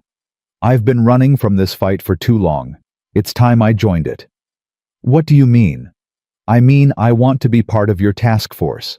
Not as a soldier, I'm too old for that. But as a voice, an advocate. Someone who can speak to the families of victims and help them find the strength to come forward." Victoria stared at her mother. This woman who had been broken by grief, who had fled from everything that reminded her of her husband's death, was now offering to step back into the fight. "Are you sure?" "I've never been more sure of anything." Her mother smiled through her tears. "We're Chase's Victoria. We don't give up, we don't run away, and we don't let the bastards win." Victoria laughed, the first real laugh she had managed in weeks. "No, we don't." They walked out of the auditorium together, mother and daughter united at last. The task force launched a month later. Victoria assembled a team of the best investigators, lawyers, and advocates the military had to offer. She established offices in Washington, San Diego, and Norfolk. She created hotlines for victims to report abuse. She implemented new training protocols for instructors and commanders, and she made it clear that no one, no matter their rank or connections, was above the law. "We've received 300 reports in the first week," her deputy reported during a morning briefing. 200 of them are credible enough to warrant investigation. Then investigate them, all of them. That's going to ruffle some feathers. Good. Feathers need ruffling. Victoria looked around the room at her team. "We didn't come here to make friends. We came here to change things, and change is uncomfortable." Some of these reports involve senior officers, generals, admirals. Then we investigate generals and admirals. I don't care about rank. I care about justice. Admiral Chase. Listen to me. Victoria stood, her voice carrying through the room. I was shaved and beaten by a chief petty officer who thought he was untouchable. I exposed a senator who thought her position made her immune. I'm not going to stop now just because someone has stars on their collar. Yes, ma'am. Good. Now get to work. The investigation spread across the military like wildfire. Within 6 months, 47 officers had been charged with abuse or cover-up. 12 generals and admirals had been forced into retirement. 3 members of Congress had resigned under pressure. And everywhere Victoria went, she heard the same thing. Thank you for fighting for us. It wasn't enough. It would never be enough. But it was something. And sometimes, something was all you could ask for. On the anniversary of her father's death, Victoria visited his grave alone. She stood before the simple headstone, her vice admiral's uniform crisp and perfect, her hair finally grown back enough to style her scars fading but still visible. Hey, Dad, it's been a year. The wind rustled through the cemetery carrying the scent of flowers and fresh-cut grass. I did it. Cole is in prison. Webb is cooperating. The network is destroyed. Victoria knelt and placed a hand on the cold stone. I know you'd say the fight isn't over, that there's always more work to do, and you'd be right. She was quiet for a moment. But I wanted you to know that it mattered. What you did, what you tried to do, it mattered. You started something that I was able to finish. Your sacrifice wasn't in vain. Tears streamed down her face. I miss you, Dad, every day. I wish you could see what I've become. I wish you could meet the people who've helped me along the way. I wish... Her voice broke. I wish you were still here. She stayed at the grave until the sun began to set, saying things she should have said years ago, making promises she intended to keep. And when she finally walked away, she felt something she hadn't felt in a long time. Peace. Not the peace of victory or the peace of vengeance. The peace of knowing she had done what was right, and that was enough. It would always be enough. 5 years had passed since the trial of Senator Cole. Victoria stood before the graduating class at the United States Naval Academy, her vice admiral's stars gleaming on her shoulders, her chestnut hair now long enough to pull into the same high ponytail she had worn as a young officer. The scars on her scalp had faded, but she wore her hair short enough that they remained visible. A reminder. A statement. You are about to enter a military that is not perfect. She began, her voice carrying across the assembly hall. A military that has struggled with abuse, with cover-ups, with failures of leadership at every level. I know this better than most. She paused, letting her eyes sweep across the faces of the young cadets. 8 years ago, I walked into a training base undercover. I was shaved, beaten, humiliated by men who thought their rank made them untouchable. They called me things I won't repeat in polite company. They believed they could break me because I was young, because I was small, because I was a woman. The hall was silent. They were wrong. Victoria stepped out from behind the podium, moving closer to her audience. I didn't survive because I was stronger than them.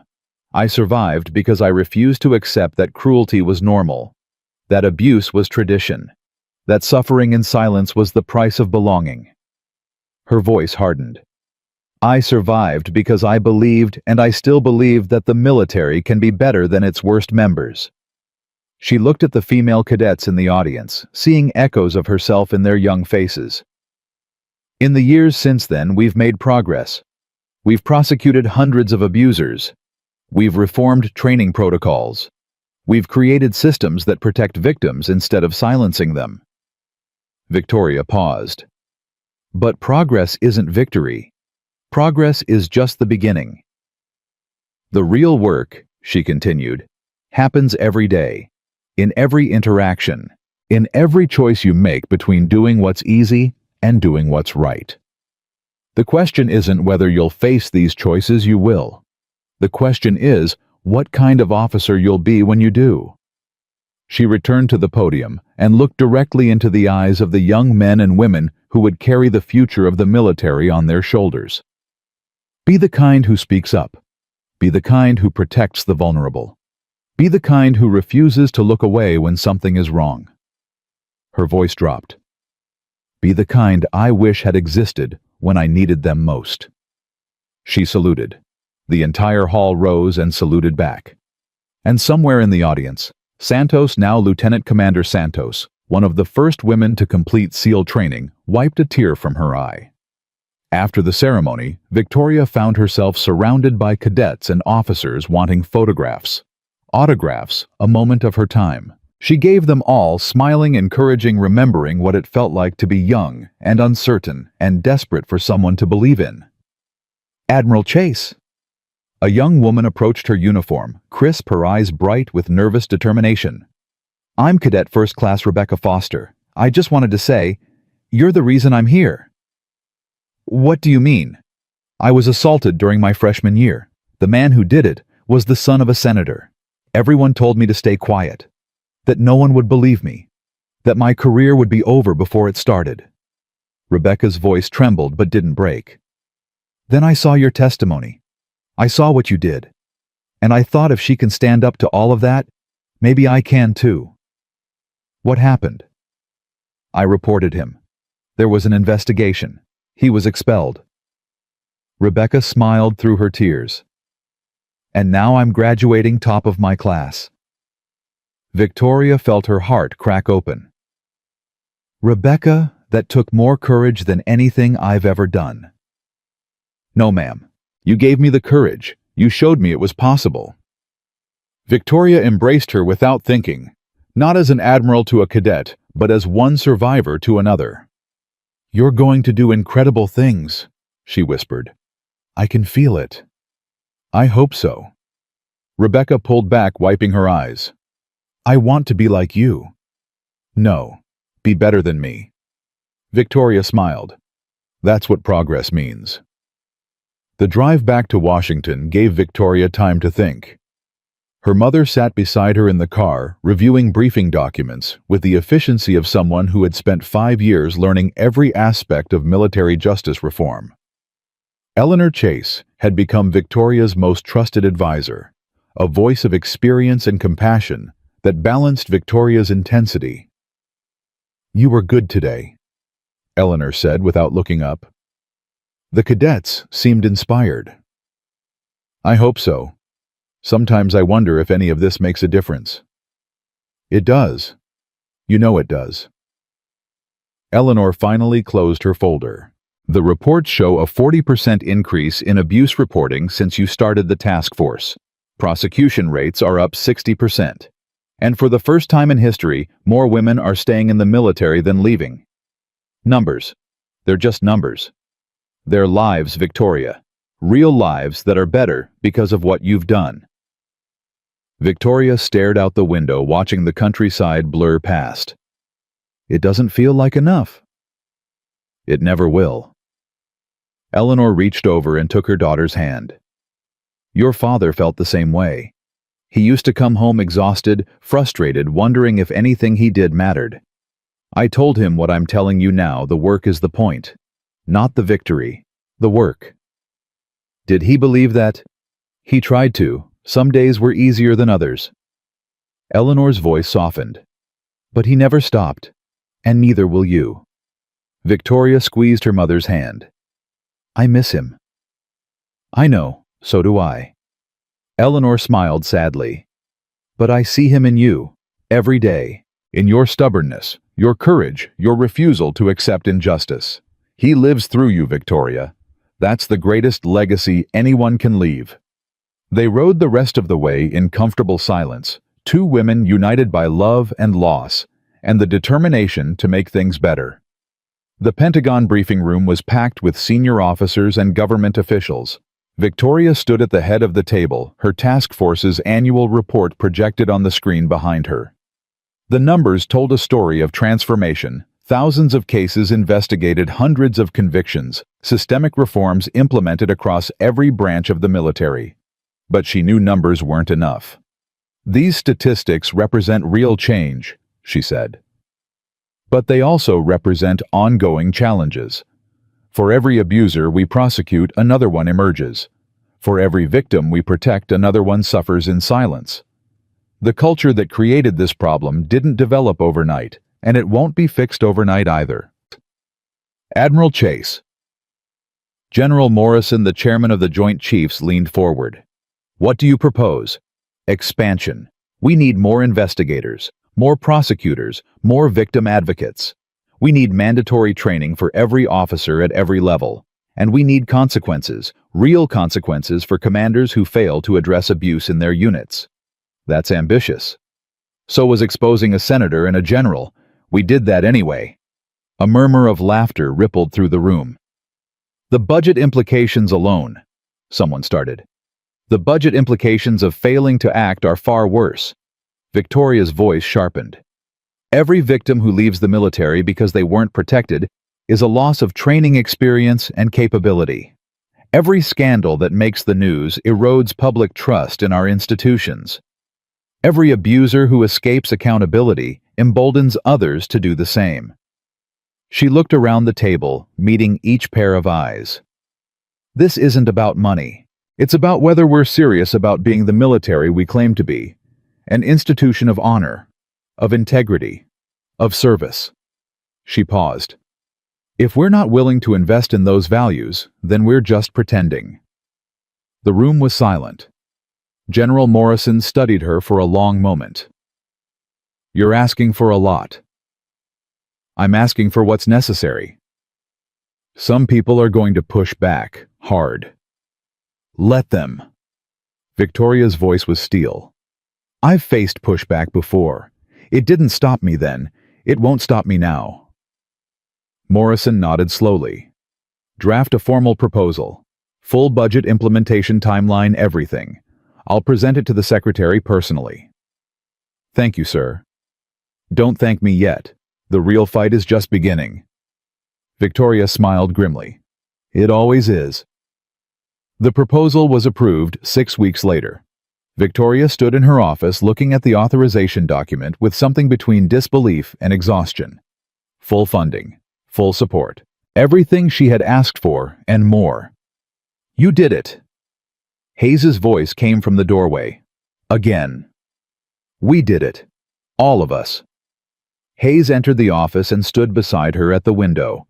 The years had added silver to her hair, but done nothing to diminish her presence. I'm retiring next month, Hayes said quietly. Victoria turned surprised. What? It's time. I've served 42 years, seen 3 wars, 2 scandals, and 1 extraordinary young woman turn the military upside down. Hayes smiled. I want to leave while I can still enjoy the memories. Catherine? I don't know what to say. Say you'll keep fighting. Say you'll make sure everything we've built doesn't crumble when I'm gone. Hayes's voice was serious. Say you'll remember why we started this. I could never forget. Good. Hayes embraced her, something she rarely did. You were the daughter I never had, Victoria. Watching you grow into this leader, it's been the honor of my life. Victoria felt tears threatening. You saved me. When I was lost, when I was alone, when I didn't know who I could trust, you were there. You saved yourself. I just pointed you in the right direction. Hayes pulled back, her eyes glistening. Your father would be proud. I know I am. Will you stay in touch? Try to stop me. Hayes laughed. I may be retiring, but I'm not disappearing. Someone needs to keep you humble. God knows I need it. They stood together, 2 warriors who had fought side by side, sharing a moment of reflection before the battles to come. Hayes's retirement ceremony was held on a perfect spring day. The Navy Yard was filled with officers, enlisted personnel, politicians, and survivors who had come to honor a woman who had spent 4 decades protecting others. Victoria stood at the podium, delivering a eulogy for a career that had shaped her own.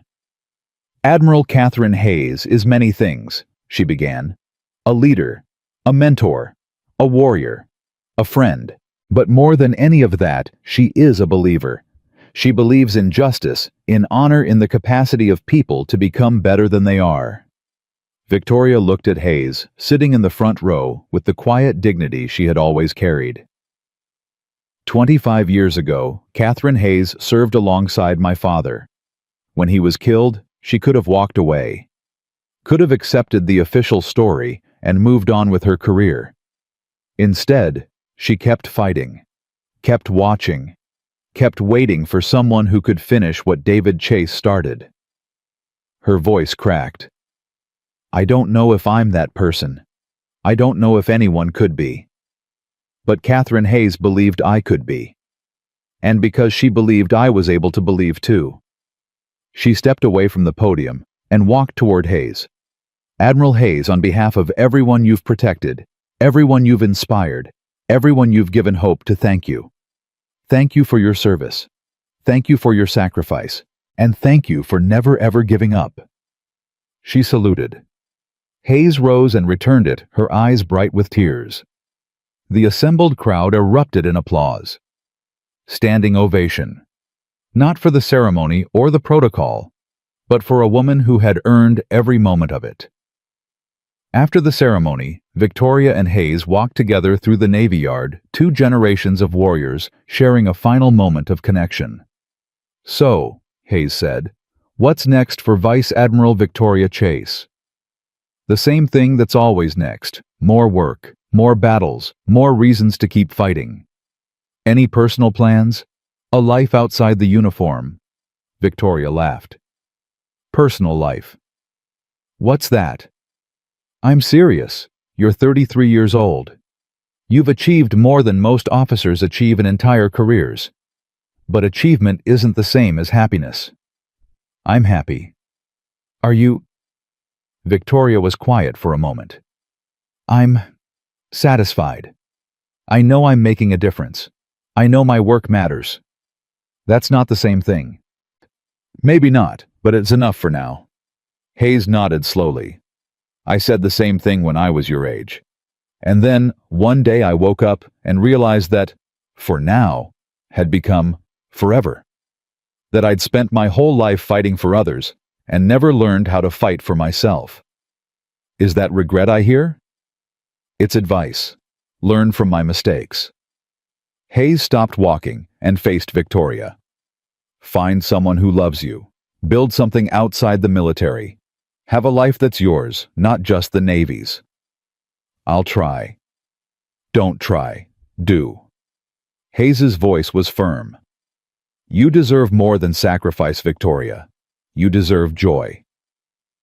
Victoria looked at her mentor, this woman who had given so much, asked so little, and carried burdens that no one would ever fully understand. So do you. I'm working on it. Hayes smiled. Starting with a beach house in Florida and a very large glass of wine. Victoria laughed. You've earned it. So have you. Don't forget that. They embraced one final time, and then Hayes walked away toward the car that would take her to retirement and rest, and whatever peace she could find. Victoria watched her go, feeling the weight of everything that had been passed to her. The torch was hers now. She would carry it well. 2 years later, Victoria received an unexpected visitor. She was working late in her office when her aide announced someone was waiting in the reception area, someone without an appointment, someone who said it was urgent. Victoria sighed. Send them in. The door opened, and a ghost walked through. Not literally, of course, but the woman who entered looked so much like someone Victoria had buried that for a moment she couldn't breathe. Admiral Chase. The woman's voice was steady but nervous. My name is Sarah Webb. I believe you knew my father. Marcus Webb's daughter. Victoria rose slowly, her heart pounding. How did you get past security? I'm a Navy lieutenant. I have clearance. Sarah remained standing, her posture rigid. I'm not here to cause trouble. I'm here because I need to understand. Understand what? My father, what he did, why he did it. Sarah's voice cracked. He died in prison 6 months ago. I never got to ask him. Victoria felt the world tilt. Webb was dead. The man who had ordered her assault, who had helped cover up decades of abuse, who had killed her father, he was gone. "I'm sorry for your loss," she said, surprised to find she meant it. "Are you—" Sarah's eyes were hard. "You destroyed him. You destroyed everything he built. You made sure he would die in a cell." "He destroyed himself. I just exposed the truth." "That's not—" Sarah stopped her composure, cracking. "I know what he did. I've read the files. I've seen the evidence. I know he was guilty." "Then why are you here?" "Because I need to know if there was any good in him. Anything worth remembering." Tears streamed down Sarah's face. "He was my father. He taught me to ride a bike. He came to my graduation. He told me he loved me every single day. And then I found out he was a monster." Victoria looked at this woman, this daughter of her enemy, and saw something familiar. The same confusion, the same grief, the same desperate need to reconcile the person you loved with the person they really were. "Sit down," Victoria said softly. "Please." Sarah sat. Victoria poured 2 glasses of water and handed her one. "Your father did terrible things. Things that hurt countless people, including my own father." Victoria sat across from her. "But that doesn't mean everything about him was terrible. People are complicated. They can love their children and still commit evil. They can believe in honor and still violate it. How do you live with that?" "I don't live with it. I accept it." Victoria paused. "Your father made choices. Bad choices. Choices that caused suffering and death. But he also made other choices, the ones that made you love him. Both things can be true." "I don't know how to reconcile that." "You don't have to. Not yet. Maybe not ever." Victoria leaned forward. "What I do know is that you're not responsible for his crimes. His sins are not yours. And the fact that you're here trying to understand, trying to find meaning in all of this, that tells me you're a better person than he was." Sarah stared at her. "You're not what I expected." "What did you expect?" "Someone cold, ruthless. Someone who would throw me out the moment they heard my name. I've been called a lot of things, but cold isn't usually one of them." Victoria smiled slightly. "I spent years hating your father, years wanting him to suffer for what he did. But hate is exhausting, and in the end it doesn't change anything." "So you forgave him?" "No. What he did is unforgivable." Victoria's voice was honest. "But I've stopped letting him define my life. I've stopped carrying the weight of his sins. That's not forgiveness. That's freedom." Sarah was quiet for a long moment. Then she did something Victoria didn't expect. She extended her hand. "Thank you, Admiral Chase, for everything you did, for stopping what my father started, and for talking to me today." Victoria shook her hand. "What will you do now?" "I don't know. Try to build something different, I suppose. Something better." Sarah smiled through her tears. "Maybe that's all any of us can do. It's enough. Trust me." Sarah left, and Victoria sat alone in her office, thinking about fathers and daughters, about legacies and choices, about the complicated tangle of love and pain that defined every human life. Webb was dead. Cole was in prison. The network was destroyed. But the work continued. It always would. On the 10th anniversary of the Camp Vanguard incident, Victoria returned to the base. It had been transformed. The barracks where she was assaulted had been torn down and replaced with a memorial garden. The training facilities had been modernized, and at the entrance stood a bronze statue of a woman with a shaved head and determined eyes. "They wanted to call it the Victoria Chase Center for Military Excellence," Santos said, walking beside her. "I talked them out of it." "Thank God." "They settled on the Chase Center for Justice instead." Santos grinned. "Less pretentious." Victoria looked at the statue. It was strange seeing herself immortalized in bronze. She didn't feel like a monument. She still felt like that scared 20-year-old girl who had walked into a trap and refused to break. "I don't deserve this," she said quietly.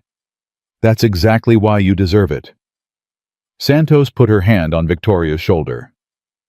You know what I remember most about that first night when Stanton had you in that chair? What? You looked him in the eye and said, "Noted," like he was just another obstacle, like you already knew you were going to win. Santos shook her head. I've never seen anything like it, before or since. I was terrified. I know. That's what made it so incredible. Santos turned to face her. You taught me that courage isn't the absence of fear. It's the choice to act despite it. I carry that with me every single day. You've become an amazing officer, Maria. That's all you. That's both of us. Santos smiled. And all the women who came before. And all the ones who'll come after.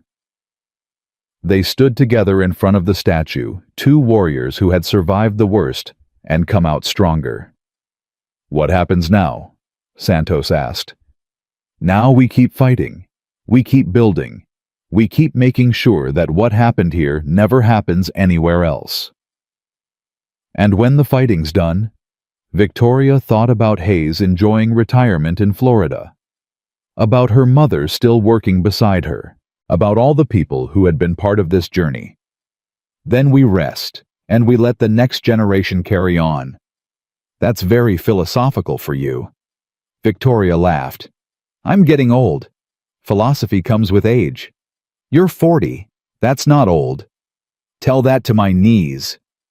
They walked through the memorial garden, past plaques bearing the names of victims and survivors, past benches donated by families who had found healing through the reforms Victoria had fought for. At the center of the garden was a simple stone marker. Victoria stopped in front of it and read the inscription, "In memory of Lieutenant Commander David Chase, father, warrior, truth seeker." He started what his daughter finished. Victoria knelt and placed her hand on the stone. Hey, Dad, it's been a while. Santos stepped back, giving her privacy. I'm 40 years old now. Can you believe it? Seems like yesterday I was a scared kid trying to fill shoes that were way too big. Victoria smiled through her tears. I'm still scared sometimes. Still wondering if I'm doing enough. Still wishing you were here to tell me it's going to be okay. She traced the letters of his name with her finger. But I think I finally understand what you were fighting for. It wasn't about catching bad guys or winning battles. It was about building something that would last. Something that would protect people long after you were gone. She stood wiping her eyes. I'm trying to do that, Dad, every day. And I hope you'd be proud. The wind rustled through the garden, carrying the scent of flowers and fresh earth. Victoria chose to believe it was his answer. The ceremony that evening was intimate. 50 people gathered in the memorial garden, survivors, advocates, officers who had fought alongside Victoria through the years. No press, no cameras, just the people who had lived this story. Victoria stood before them, her uniform immaculate, her 3 stars gleaming in the fading light. 10 years ago, I walked into Camp Vanguard as an undercover observer. I left with a shaved head, 17 stitches, and a determination to destroy everything that had hurt me. She looked at the faces around her, Santos, her mother, the cadets she had inspired, the survivors she had fought for. I accomplished that goal. Cole is in prison. Webb died behind bars. The network is gone. But I've come to realize that destruction was never really the point. She stepped forward, her voice carrying through the evening air. The point was creation. Building something new where something broken used to be. Training the next generation to be better than we were. Creating systems that protect people instead of silencing them. Her eyes found Santos in the crowd. When I started this fight, I was alone, angry, convinced that I had to carry everything by myself. I was wrong. The work we've done, the changes we've made, none of it would have been possible without the people who stood beside me, who believed in me, who refused to let me give up. She looked at her mother, tears streaming down Eleanor's face. We are not defined by what was done to us. We are defined by what we do in response, by the choices we make, by the courage we find, by the love we share. Victoria stood taller, her voice ringing with conviction. 10 years ago, they called me names I won't repeat. They tried to break me in ways I'll never forget. But I'm still standing. We're all still standing. And that is the only victory that matters. She raised her hand in salute. To everyone who fought, to everyone who survived, to everyone who refused to accept that cruelty is normal and suffering is tradition, thank you. Thank you for proving that change is possible. Thank you for showing the world what courage looks like. The crowd saluted back. And in that moment, surrounded by the people she loved, standing on ground that had once been her greatest nightmare, Vice Admiral Victoria Chase finally allowed herself to feel something she had been chasing her entire life. Peace. Not the peace of victory or the peace of vengeance. The peace of knowing that she had done what was right, that she had honored her father's memory, that she had built something that would outlast her. The peace of finally being enough. 20 years later, Admiral Victoria Chase, 4 stars, now the highest rank she would ever hold, stood before another graduating class at the Naval Academy. She was 60 years old. Her hair was silver. Her face was lined with decades of battle and triumph and loss. But her eyes were as clear and determined as they had been the day she walked into Camp Vanguard. "You are inheriting a military that is not perfect." She said the same words she had spoken countless times before.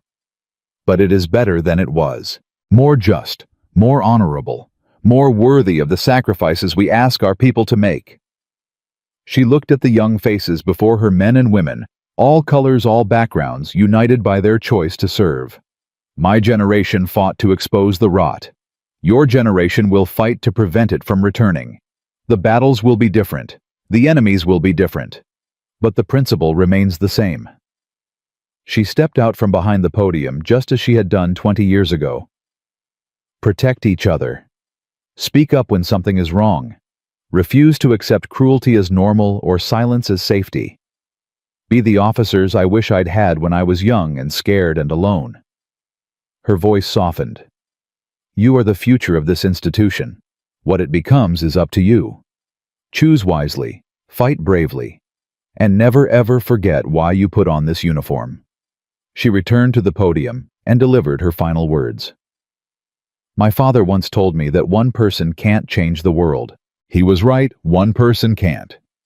But one person can start a change that ripples outward forever, can inspire others to join the fight, can prove that hope is not foolish and courage is not pointless. She smiled. Be that person. Start that change. Prove that everything we fought for was worth it. She saluted. The class saluted back. And Admiral Victoria Chase walked off the stage into the bright afternoon sun toward a retirement she had finally earned. Santos met her outside. Good speech. Same one I always give. Works every time. Santos fell into step beside her. So, what now, beach house in Florida like Hayes? Victoria laughed. Maybe. Or maybe I'll write a book. Tell the whole story for people who weren't there. That would be a hell of a book. It would be the truth. That's enough. They walked in companionable silence for a moment. Victoria. Santos's voice was softer now. Thank you. For everything. For giving me a chance when no one else would. For showing me what strength really looks like. You did that yourself. I just opened the door. Still, I wouldn't be here without you. Victoria stopped and faced her oldest friend. That's not true. You would have found a way. You always do. She smiled. That's what makes you extraordinary. Santos embraced her. Take care of yourself, Admiral. It's just Victoria now. I'm retired, remember?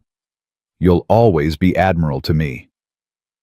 They separated, and Santos walked away toward her next duty, her next battle, her next opportunity to carry on the work they had started together. Victoria watched her go, feeling the weight of years lifting from her shoulders. She had done what she set out to do. She had honored her father. She had protected the vulnerable. She had built something that would last. The rest was up to others now. She turned and walked toward the parking lot, where her mother waited with a car and a smile and a lifetime of memories to share. Ready? Eleanor asked. Ready? Any regrets? Victoria thought about it. The pain, the sacrifice, the victories and defeats, the people she had lost, and the people she had saved. No, she said finally. Not one. They drove away together, mother and daughter, toward whatever came next. And behind them, in the halls of the Naval Academy, a new generation of officers prepared to continue the fight. Because that was the lesson Victoria Chase had taught them. The fight never ended. But neither did hope, neither did courage, and neither did the determination to build a world where no one, no matter how young, how small, how seemingly powerless, would ever have to suffer in silence again. That was her legacy. That was her victory. And it would last forever.